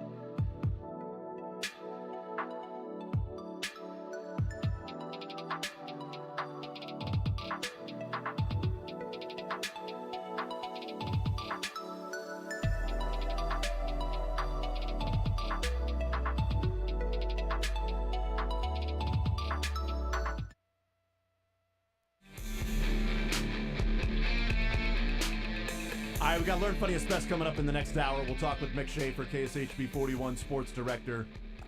Get his thoughts on Chiefs training camp so far. The weekend that was Kingsley Suamataia at left tackle for a good portion of the padded practice. How was the lake? Probably talk about that too. Royals and the trade deadline tomorrow. We are 24, 30 hours away from the trade deadline in Major League Baseball. If anything happens, we'll certainly let you know. Shorter practice today for the Chiefs. We heard from Steve Spagnuolo, Trent McDuffie, and Creed Humphrey today out at training camp. But we'll get some Learn Funniest Best. We'll talk about some Chiefs and some Royals with Mick Schaefer coming up next here on Sports Radio 810 WHB.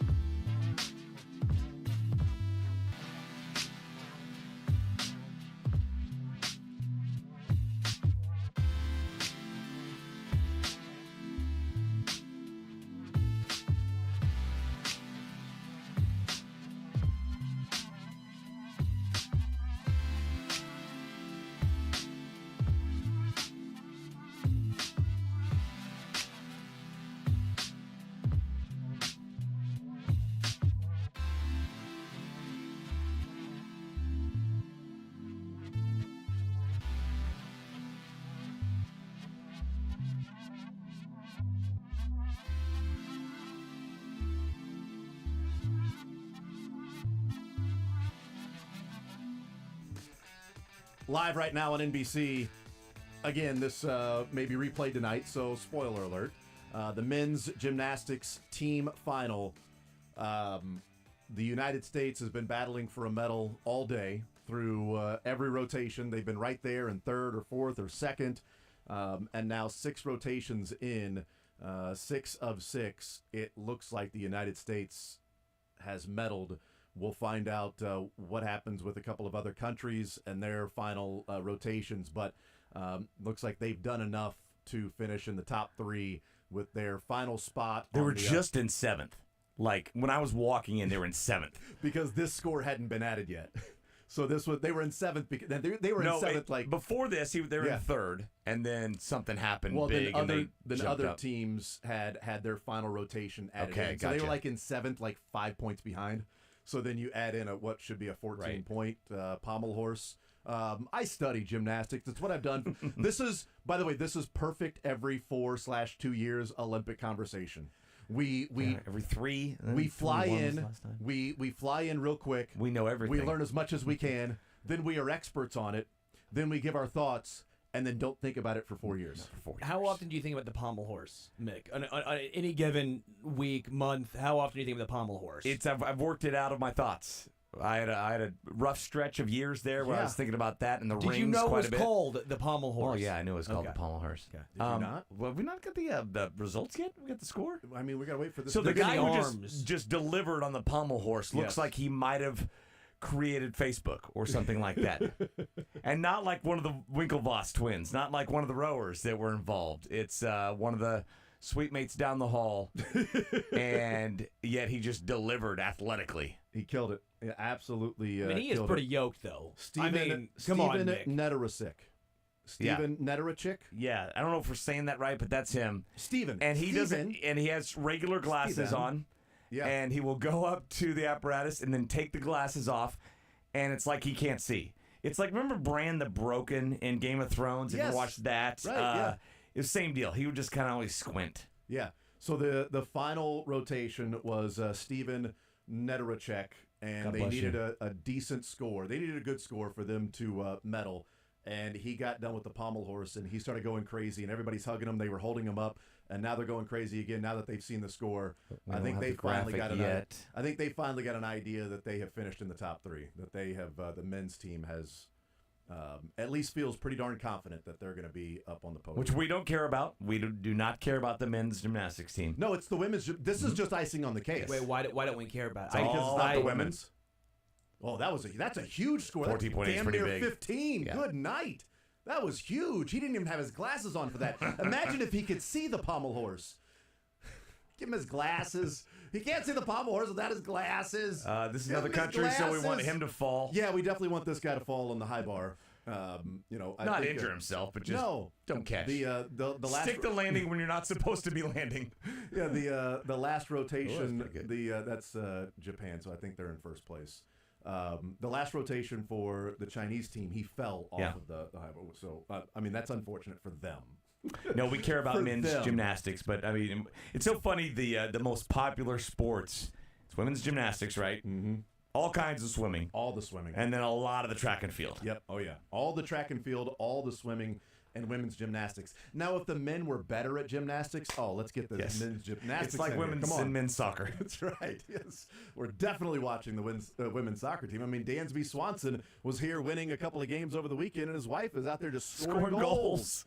Usually you're pretty insecure about your wife scoring in a different country, but she was doing exactly what she's supposed to be doing. Then you got the Kelseys that are there at the rugby game, the Kelsey super fans. By the way, shouldn't they be super fans of the field hockey team?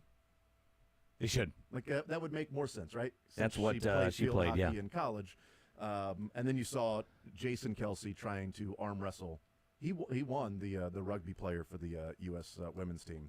He ended up winning, but it was a struggle for him to win. How is this guy's rotator cuffs not just practice? It's like practice. It's like you had the little figurines, right? Oh, he fell backwards. He fell backwards. Good. He did not stick the landing. Boy, the Chinese team on the high bar. Yeah, it's like a little Star Wars men, right? Where you just rotate the shoulder, like Lego, 360, almost. unlimited like a Lego time. guy. Yes. That's right. It's an action figure. It's not a doll. No. It's an action figure is what it is. So there you go. On NBC right now, that's going on. That's how we win this thing is depth, right? We don't always Exactly win right. the gold medal count, No. but we dominate in silver and bronze. We have the depth in everything. But I mean, it Like sort the of Chiefs. helps when you've got 590 I see the athletes. opposite. The Chiefs are top heavy, right? But they got a lot of depth, I think. I think the Chiefs. We don't have one on the top 100 yet so far, right, of the NFL? And they're down to like top 40. Oh, come on. That's just the NFL playing Right, just the games right now. players That's just voting. What do they They're know? mad. They hate the Chiefs. This is a hate the top. Chiefs. Chiefs are top heavy, big They time. hate the No, Chiefs. I mean They're the like Chiefs the Kool-Aid have man. so much depth. Are you kidding me right now? I'm not. That offensive line They have a is pretty very strong, solid. They have a pretty strong roster. They 1 have through 53. 3 wide receivers that I think you're sitting here you're comfortable with. The best quarterback in the world. well. They have the best tight end in the is- world. They I have can think of depth two. at I can think of tight 2 ends. right receiver. Where's your third? I'm Hollywood, Rasheed, and Hollywood. Xavier. Oh, Xavier. Yeah, I'm throwing him in there. Yeah.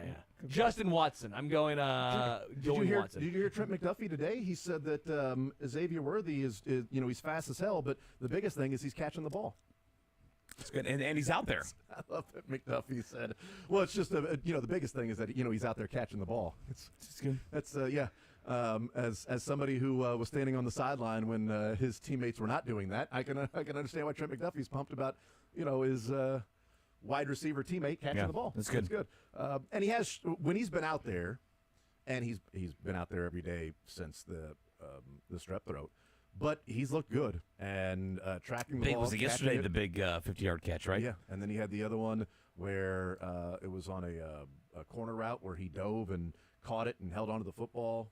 Yeah, I mean he's been doing some good things there at camp, and Kingsley Suamataia has been getting a pretty decent portion of the reps at left tackle for the starters when the pads have been on. I mean it's we're getting a little bit of how things are starting to shake out. It's so early in camp, but you see the view of how the Chiefs are seeing some of these guys, and I think Kingsley getting so many reps at left tackle, with the pads on, I think we get an idea of what they want to happen. Tooney's back today. Yep. I believe. Yeah. Yes, Tooney. He was in his shells coming down the hill, and he got cleared yesterday. Yep. So Tooney is back and ready to go. It looks like the United States. I think they may Maybe have better finished- than third? I think they may have finished second behind Japan because of that rough last rotation for the Chinese, where both of their gymnasts fell off the bar. And the United States are pretty pumped. Is it? I would love if they had some sort I'll tell of you what, like if NBC, numbers. Why can't they just say, "Look, hey, this is part of my routine. I'm going to jump back on the bar." It's like when I play horse and I miss. I'm like, no, wait. Nope. I get the rebound. That's right. Reverse layup. Oh, no, I get the rebound again, then lay it in. That's my 3, shot. 2, 1, fade away. Klung. He was fouled. To the free throw line he goes. 2 Clink, free throws.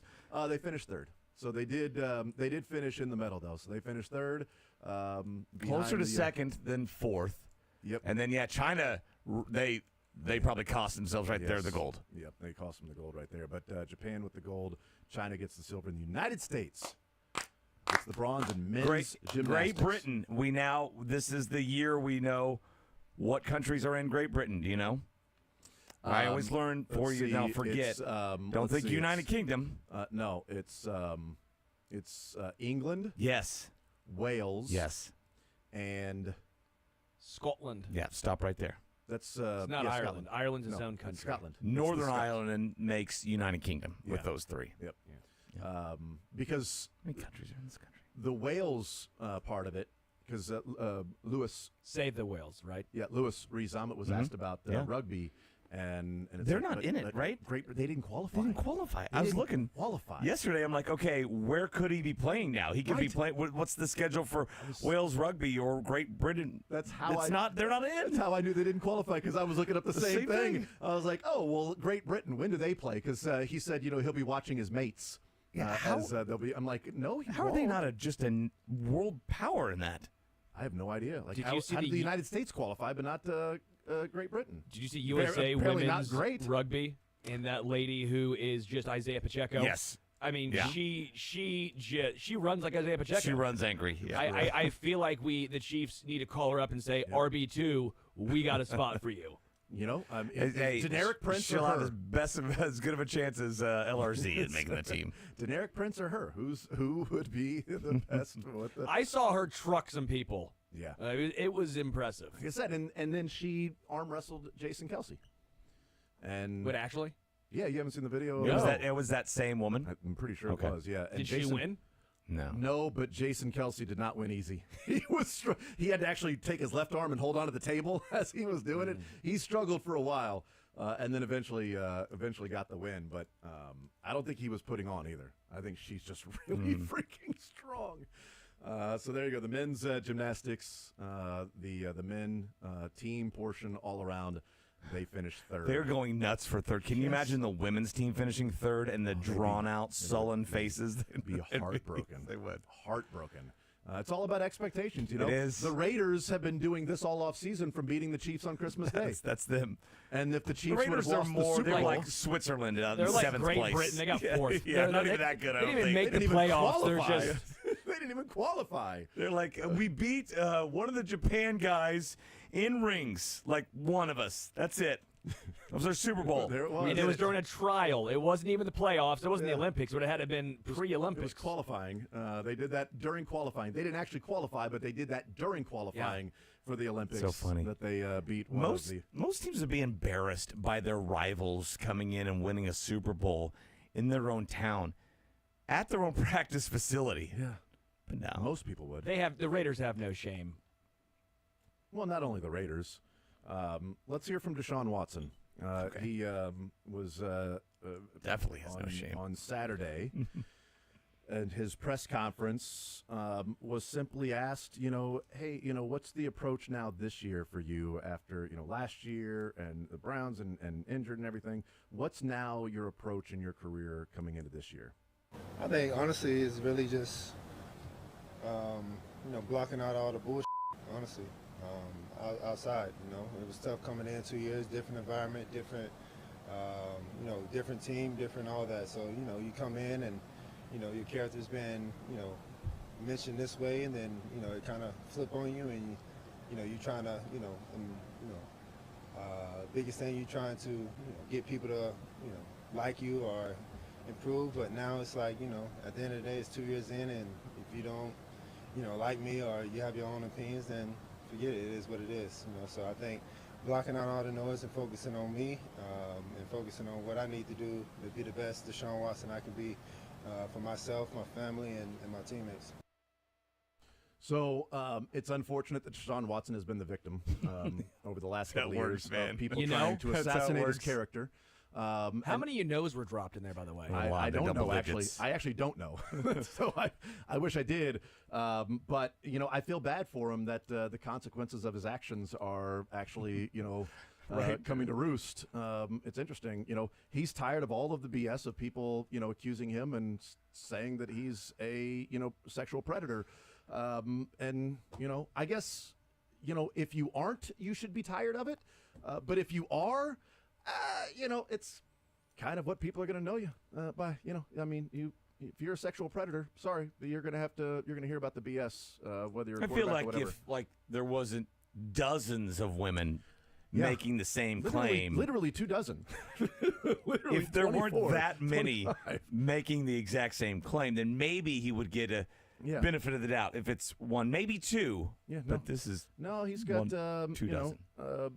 22, 23 different lawsuits against him.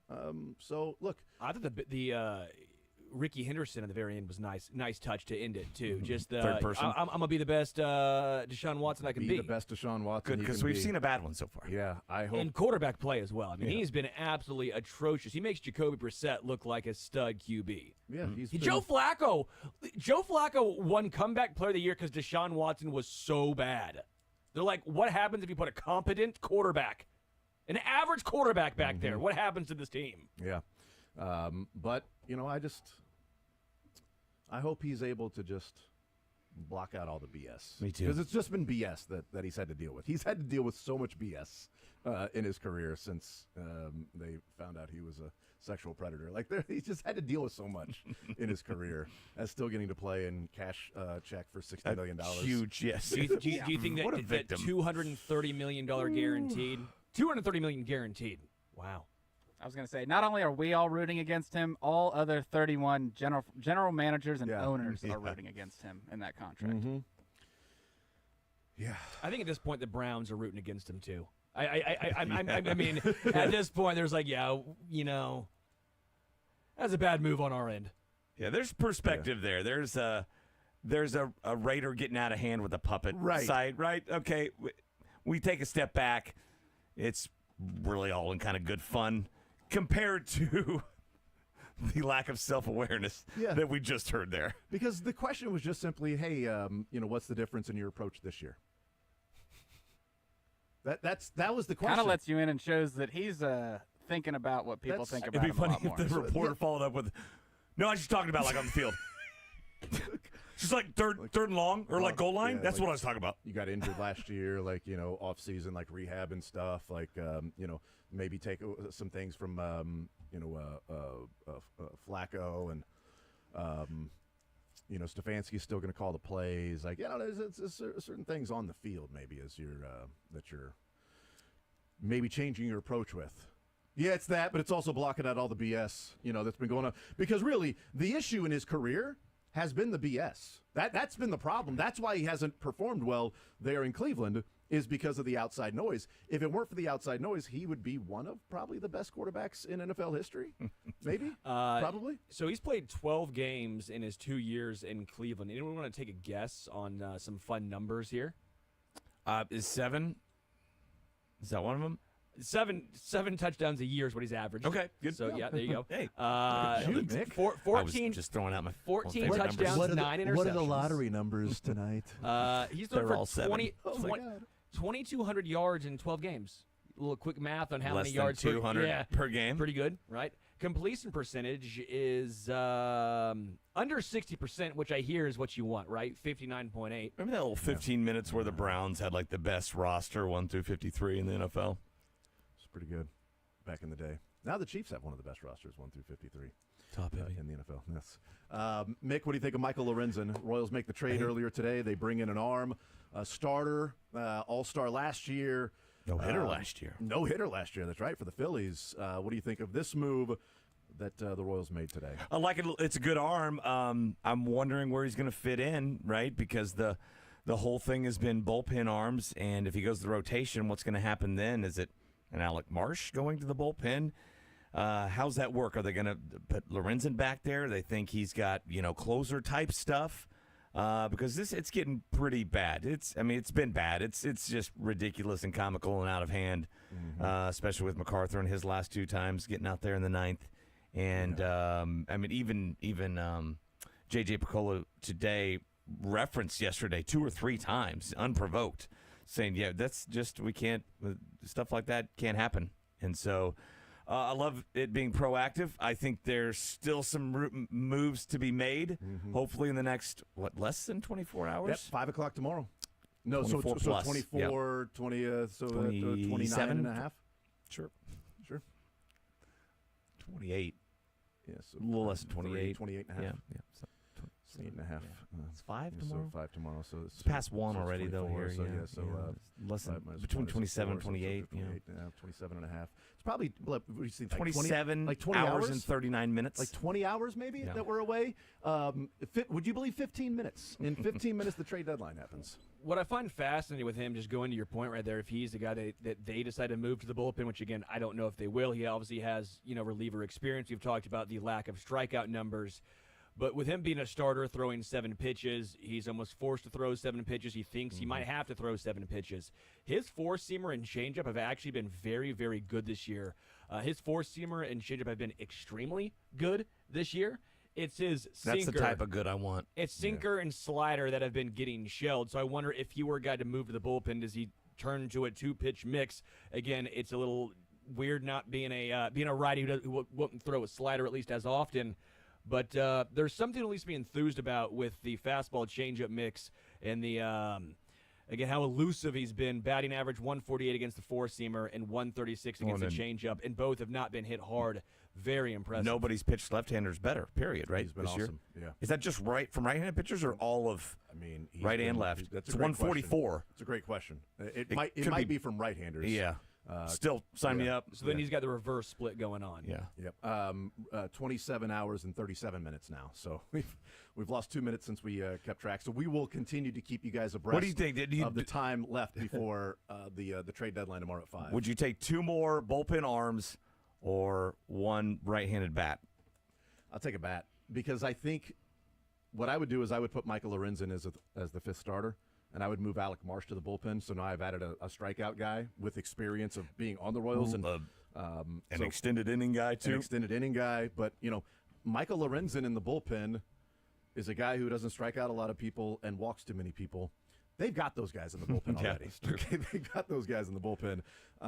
But he's been, a pretty good starter, even with some of the underlying numbers. He's done a good job of stranding some of the runners that he's had. That concerns me is if the strand rate does not continue and the walks continue, that's a recipe for disaster. But if you're looking to add to the bullpen, Alec Marsh has a profile of only Hunter Harvey that actually gives you that strikeout in the back end. And if you're a 1 inning or a 2 inning guy for Alec Marsh, you can maximize your velocity more often in the bullpen. I think Michael Lorenzen is redundant in the bullpen for the Royals right now, where Alec Marsh would give him a different profile. So, if he just slides in as a relative 5th starter, just gives you what 5th starter type pitcher can give you the rest of the way, then there's a value in Michael Lorenzen. I guess it comes down to is who the players are. Right, I think we're both saying you're not getting Tanner Scott and who are we talking? Pete Fairbanks. Like, you can't count those because then you're taking that every single time. If you're talking about average bat versus 2 average relievers, I'm going with the 2 relievers. The bats have been fine. Hunter Renfroe heating up has really made this lineup get elongated. They love Kyle Isabel in center. He's not going anywhere. So you're really only looking at one spot where you're trying to upgrade, and that's left field. MJ Melendez, not great, obviously. That's 1 spot versus 2 in the bullpen. Again, you look at the bullpen, there's about 4 guys. You could just say if you released them, you wouldn't have any sort of any qualms You forget with. they were on the team. I mean, if Stratton is DFA'd, if Schreiber's on the IL and they activate Michael Lorenzen, and then when Schreiber comes back from the IL, if they DFA Stratton in 3 years, I'd be like, who was that? Oh, Stratton. Oh, that's right. That guy? Oh, yeah. I guess I remember the people talking about him a little bit. Yeah, I guess I remember that. And as much as we've complained about Maikel Garcia in his bat, his defense, as we saw at times, even this past weekend, even in some losses, you're sitting here going, yeah, well, I still see why he's getting everyday playing time. You see why he's still there, and especially when he's getting dropped to 8th of the lineup. You have him batting 8th. Kyle Isabel seems to always be in the middle of – Kyle Isabel's batting what? Let me look it up right now. 233, 287, 384. Yet it feels like he's always in the middle of a rally. He's always the guy where he's driving someone in, or he's a catalyst in a big inning. So I think they're happy with him. So it really is just MJ Melendez, who's been atrocious, obviously, but I'm taking the 2 bullpen arms. Yeah. We'll take a timeout. We'll come back, learn funniest best on the other side of the break. More Zone next.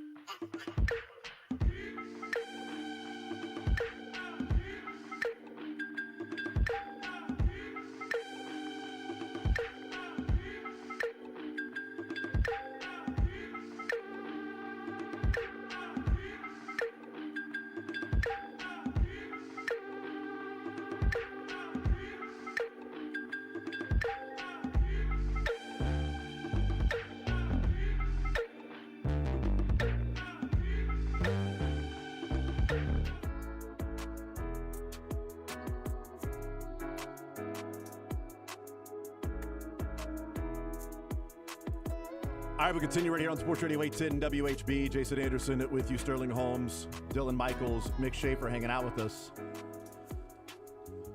I got to check and see, again, who's starting tonight for the White Sox, because is he still on the team for the White Sox, whoever's starting? The White Sox have just made a trade with the Dodgers and the Cardinals. It is a three-way trade, Dodgers, Cardinals, and White Sox. The Dodgers receive Michael Kopech from the White Sox and Tommy Edman from the Cardinals. He's an infielder. The Cardinals get Eric Fetty, starter from the White Sox, and Tommy Pham. The White Sox get back prospects that have nothing to do with the Royals and the trade deadline. Those are three players that had been at least talked about that at different times that, hey, I'd like to see the Royals go out and acquire this guy. Eric Fetty, probably, a little more of a wishful thinking to a degree. It was going to cost a lot. At least the thought was that it was going to cost a lot because you have an extra year of control for Eric Fetty. He's under team control through next year.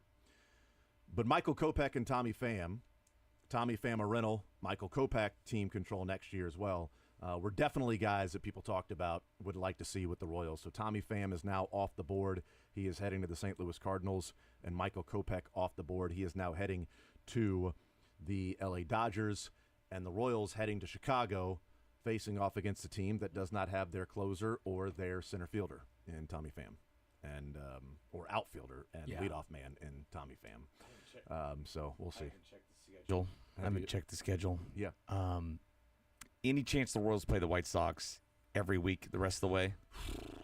I haven't checked the schedule either. I don't think so. I just don't think they're going to allow them to do that. They should. It'd be cool if they did, but I don't think so. Be nice. Do you guys know what the Royals' season record is against the White Sox this year? Yes, they have one loss, and they have 9 wins. Yeah, they are 9-1 because they played a 4-game series in 2 threes. They should have 12 wins after the next few days, and then be nice. And then maybe Flaherty and Skubal will be traded from the Tigers. And they got 4. They got 4 against the Tigers. 4 against the Tigers. 4 against the Tigers. So and maybe Royce Lewis just decides that he wants to sit out and rest against the. Oh, he'll be injured by the time the Royals play. Don't. So it's not a big deal. He'll be fantasy baseball. I don't care, fantasy or not. He'll be down by the time the Royals play the Twins. So you're fine. Worrying about Royce Lewis in a Royals lineup, perfectly fine. All right, let's get into Learn Funniest Best here on Sports Radio 810 WHB. If any other trade comes down, we will certainly let you know, keep you up to date on all of those. But the trades that are going on currently. Learn Funniest Best, what we learned, the funniest from the weekend, and the best from the weekend. What I learned is that I really do take the 5 to 10 minutes of time to study up on a sport in the Olympics and then forget about it for 4 years. Like that 5-minute Google search that it takes to just, there are 6 rotations in men's gymnastics. In 4 years from now what I'm going to do? I'm going to do a Google search to see how many rotations there are in men's gymnastics team all around. I'll do that. Are there 5 for the women or are there 6? I'll look it up when okay, we get we'll into find the, out. Yeah. the Take some time. Final. Yeah, give me some time here. I'm still learning, all right, on the fly. But I learned that I really do get into trying to learn the ins and outs of the Olympic sports every 4 years, and then I forget about them. But I love it every 4 years, and the men's gymnastics certainly, and rugby. Of course, table tennis. Handball. A lot of rules in handball. Have we learning all started the those. breakdancing Field yet? hockey. I don't think we've started field or breakdancing Okay. yet. We've got a little bit of surfing preview with Colin Jost. Who I love is it when they go to Colin hosting. Jost. And it's so And Snoop funny Dogg. that I don't think you can find a farther point away from France than Tahiti. Yeah. It's like Also 70,000 miles. I looked up where that was. Yeah, Middle of the it's South like Pacific. The moon. I think they're going to surf on the moon. But he's always got a swimsuit on and his sports great. coat. It's great. All right, what'd you learn there, Sterling? I learned that there is now 3-on-3 basketball in the Olympics. It's now an Olympic sport. Jimmer Fredette, BYU legend, maybe my favorite player of all time, is participating in it. He's 35 years old. That checks out. The USA is pretty good at it, it looks like, but they don't have NBA players do this. It's outdoor. It's legit 3-on-3 basketball. It's 1s and 2s to 21. Nice. Let's go. Does it make it take it? I don't think it's make it take it. It's 1s and 2s to 21. Who else is on his team? Is it just Jimmer? Guys who were good in college. I got to look it back up again. That was what I learned. I couldn't retain that much knowledge.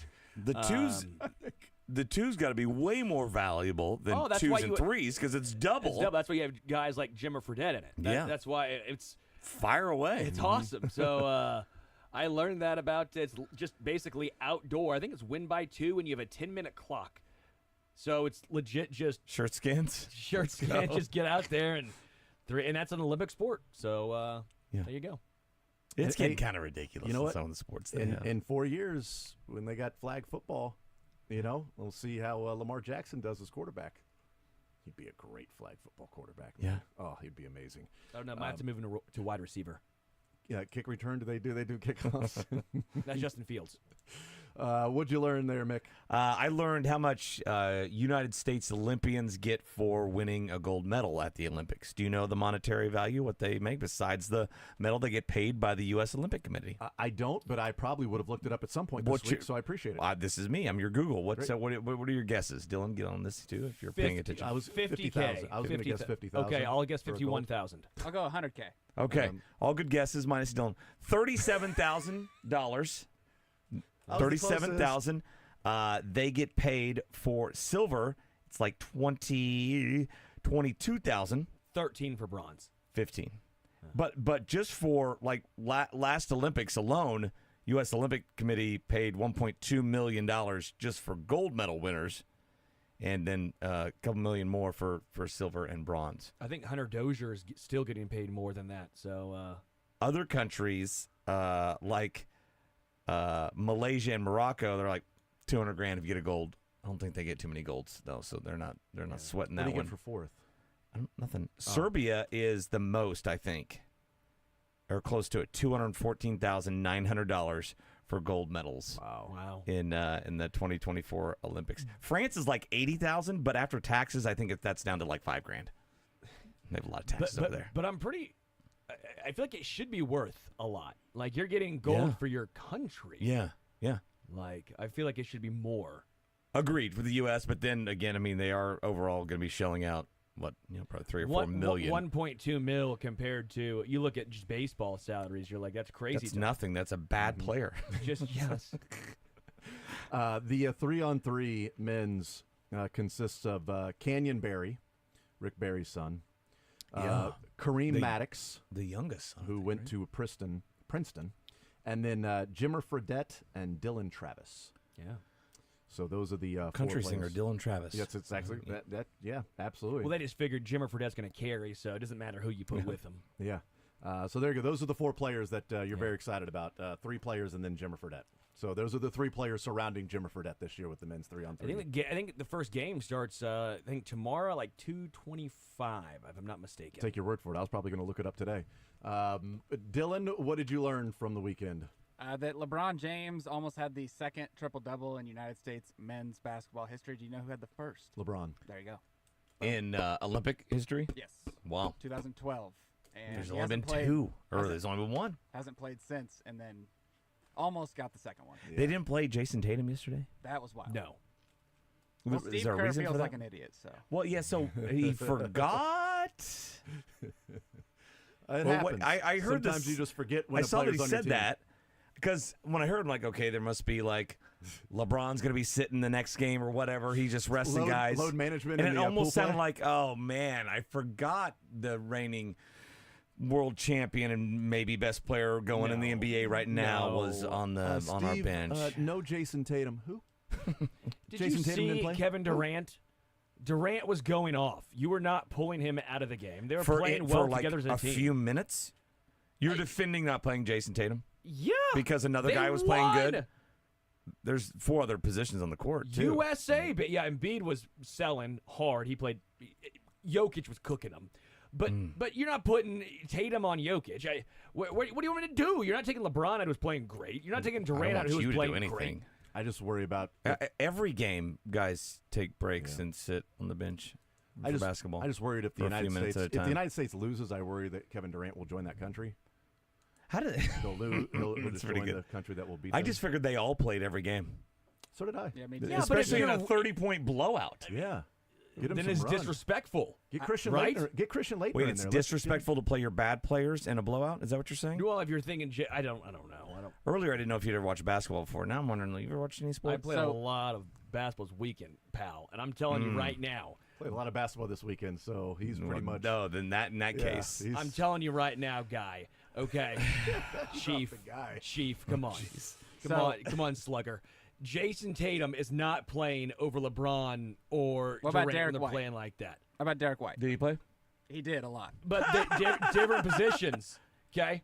It's positionless basketball. Right. Really. Yeah, it's pretty much. And also, it's not the positionless guy on the team for your GPA. It's Jason Tatum. That's kind of where I would be pissed if I'm Jason Tatum and He's a ball hog. When you clear the bench at yeah, the end of the game, exactly. your It's like G- the coach's your kid GPA comes out. guys. These are like all-star. He's an NBA Finals champion. Should have been MVP. you He's could argue. he's Was Tatum mad about this? Are we making this a bigger deal than it needs Did to you be? see his face?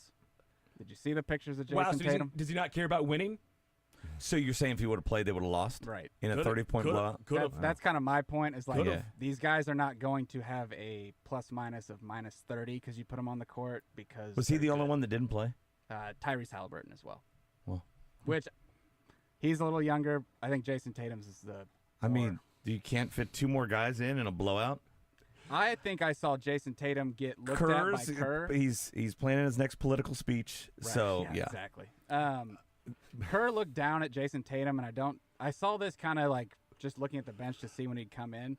I thought I saw Kerr look down at Tatum like, hey, you want to go in? And he. I didn't think it was a big deal until I shook heard his head. comment. I'm like, oh, you weren't intentionally just resting him because I think maybe it's you're going to more- rest somebody else the next game? Right. You can I only think play it's- 10 guys, basically. There's what You Kerr, can? No, that's Yeah, what but Kerr was implying do you was a watch rotation. basketball? I'm just telling Yes. you. How often do you see the 11th guy? In a 30-point blowout? Thank you. All the also, time? again, this is Wasn't Jason blowing at Tatum. halftime. It's also Yeah, Jason Tatum. Like he's Probably one of the top 3 or 4 players on the team. I doubt Jason Tatum's just like, oh, all good. Three Cool. or four. All If you good. think It's all Jason good. Tatum's It's like all a 3 or fine. 4 best Jason. player Yeah. on the team, you're Yeah. out of your gourd. Oh, okay. Who's better? I bet Jason Tatum's sitting around going, oh, no problem. Yeah, it's all Right. good. No, I totally enjoy just It's sitting almost here watching, more disrespectful. watching Derek White play 15 minutes. It's almost more Watching disrespectful. the 3rd best player maybe on our Yes. team, 4th best player on our team, my own team play. It's more disrespectful to put him in with the seconds ticking off. Like, That was oh, my yeah, hey, point. What are you going he's to going do? now. Put him in with 3 minutes to go? It wasn't a. No, 10 minutes to go in the first half. Yep. That's when. There's a lot of other options. By the way, does anybody have the because this is connected to the conversation we're having right now? Drew Holiday also on his Does team. anybody like have the any 5th of the best player Defense, baby. too? Does anybody have any of the Defense. tweets about Jason Tatum as your funniest No. or best? Anybody? Okay. So since we're talking about that, Oh, yeah. I'll Are we just, still on? we're on Learn. Learn So I just still? wanted to make sure that wasn't the case. Shea Serrano said Steve Kerr sowing dissension and unrest between Derek White and Jason Tatum on the Celtics is Right. Phil Jackson next level mind games. That's pretty good. Another tweet came in, said Jason Tatum passed 300 Gatorade cups to his teammates, breaking Thanasis Antetokounmpo's record for a game. That's pretty I good. saw that one. good. Did you see the text exchange between 2 friends I where he didn't was see- trying to tell him something serious, and he said, "Dude, are you for real?" And he sent a picture of Tatum. He said, "I don't know what that means." He said, "I'm not playing." Ah. So zing there. And then there was just a video of a guy holding a door open at a gas station and said Jason Tatum's highlights from the game. And there was a picture of a ball boy in like high school, like going like over the top cleaning the court or whatever with one of those mop thingies and running and sliding and using the towel as like Jason Tatum's first half highlights. I'm just saying, okay, he's going to play against South Sudan, and if they lose, Curry said he's playing. Wait, is South Sudan really a country? Yeah, they almost It's lost. South in the Sudan? finals. Yeah. Oh, wow. Yeah, Wyndham Gabriel's on that Read team. a book. Which book has South Sudan in it? Name one. So is there regular Sudan and South Sudan now? Yeah, I didn't know come on. this. Okay. North. Yeah. North. There's North and South Sudan. Okay, gotcha. Is there a West? That's Virginia. Oh, okay. What was the funniest? Western Sahara. Sterling, we'll start with you. Let's get rolling. If we need the funniest, we need to go quick. Here we go. Two dudes grabbing a pack of smokes and then driving off in go-karts at a gas station, which is how you know you're at my family reunion. We went there. It's southern Indiana, the middle of nowhere, really. It's Henryville. And we get to a gas station. Two dudes just run out, literally just cigarettes hanging from said lips. They hop into these go-karts that look like they just took them from, I don't know, a go-kart place. They even had the bumpers still on them. And those things were souped up, and they were just cooking out of that gas Street station. legal? So Maybe I not. don't think it really matters out there. So I thought it was pretty damn funny to watch that happen. What was the funniest for you, Mick? Funniest for me was just the Cubs fan reaction who caught the ball from the foul pole, which I don't think it would have mattered. I think it would have still hit the foul pole. I don't think the infielder would have caught it, but he's seeing the review on the board, and they say it's upheld. It's confirmed. It's a homer, and he's just looking and goes, little yikes, little Bartman, yikes look right there, little Steve Bartman there. This time it again hurting the Cubs. Yeah. If that wouldn't have been a home run, but it was a home run definitely.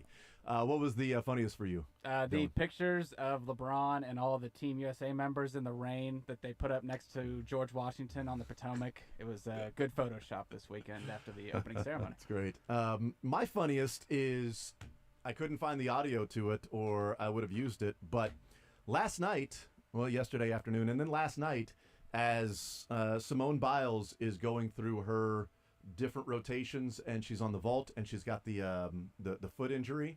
And she does the vault. She nails it. She gets a good score or whatever to make sure she qualifies. And the commentator explaining Simone Biles' vault. Oh, man, this commentating. Saying that, Simone Biles, with this particular trick, with this particular vault, it's one of those to where she described it as it used to be just pull and pray.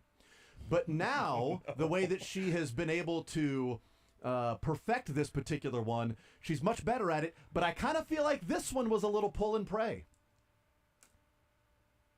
Those your college days, right, Jason? I don't know that Simone Biles wanted to be quoted on that if she was really having a conversation with her outside of, because that's a former gymnast. I can't remember her name, right? I didn't expect to have something being described as that while watching gymnastics. I did not expect that to be the case. What was the best for you, Mick? Best for me, my son, I'm old enough to have a son turning 21. He turned 21 on Friday. We had the 21st birthday party, and it was a lot of fun. He's basically Sterling's age. Yeah. And so it was a lot of fun. I'll just leave it at that. The decisions were made. How about that? But it was a very good time. That was the best part of my week. I've been gone a long time. But of all the days, that was the best part. You transitioned from father-son to friends. It kind of is in that it's a weird little relationship we have there. Can he beat you in golf yet? No. Okay, good. Has he beat you in a sport yet? I mean, he was could beat him in the 5A Oklahoma Defensive drill. Player of the Year finalist in football, yeah. You're not playing football. I mean, like basketball or the one-on-one sports. I mean, if we have a ref there, I think I'm going to win because he'll get rough with me. Ping pong? Field hockey? Handball? Ping pong, we're Rugby? close, but it's still me. We play bags a lot, but we're partners. Oh, I think he's probably better at bags than me. How about that? Don't admit it on air. You never admit that. It's too late. Yeah. Dylan, what was the best for you from the weekend? It would be Mr. Pereira, I don't know how to pronounce the first name, dunking on Rudy Gobert in an Olympic Games. I just think it's, always great. When the Defensive Player of the Year always gets dunked on, seemingly. Everybody figuratively dunks on Rudy Gobert. Especially He in the literally G did that. Yeah. I always say Defensive Player of the Year has to be the Defensive Player of the Year, especially when he gets pulled off the court in late Because games of defense. because of his defense. Yeah, it always makes a lot of sense. My best from the weekend was my buddy T-Bone, Travis Brown, getting married to his beautiful wife, now Joy. Joy And being T-Bone? there. Yep, Joy Bone. Joy's T-Bone. No.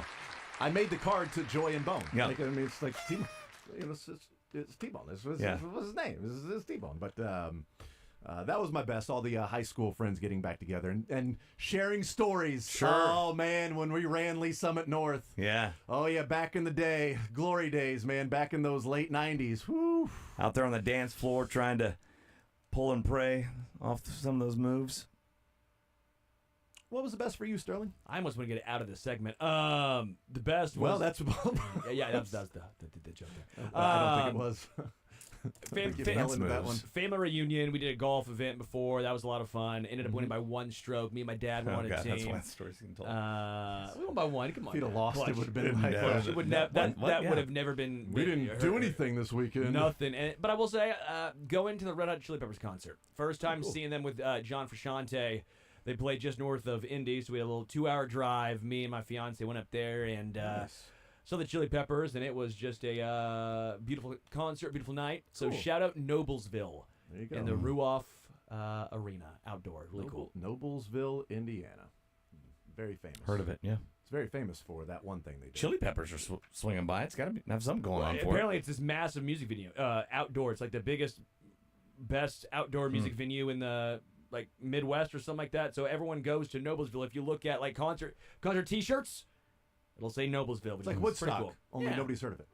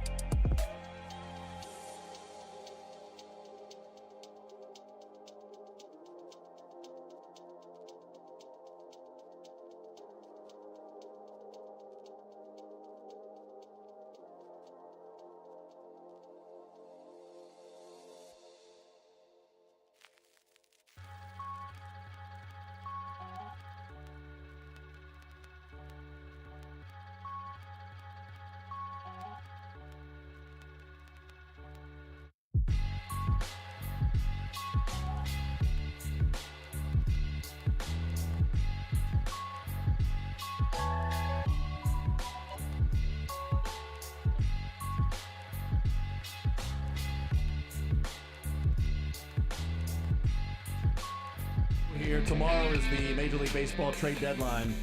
A few trades coming down today. The Royals making one. Michael Lorenzen is a Kansas City Royal. Michael Kopech is a Dodger. Eric Fetty and Tommy Pham from the White Sox are both Cardinals. And the Royals are taking on the White Sox now without Eric Fetty, without Michael Kopech, and without Tommy Pham.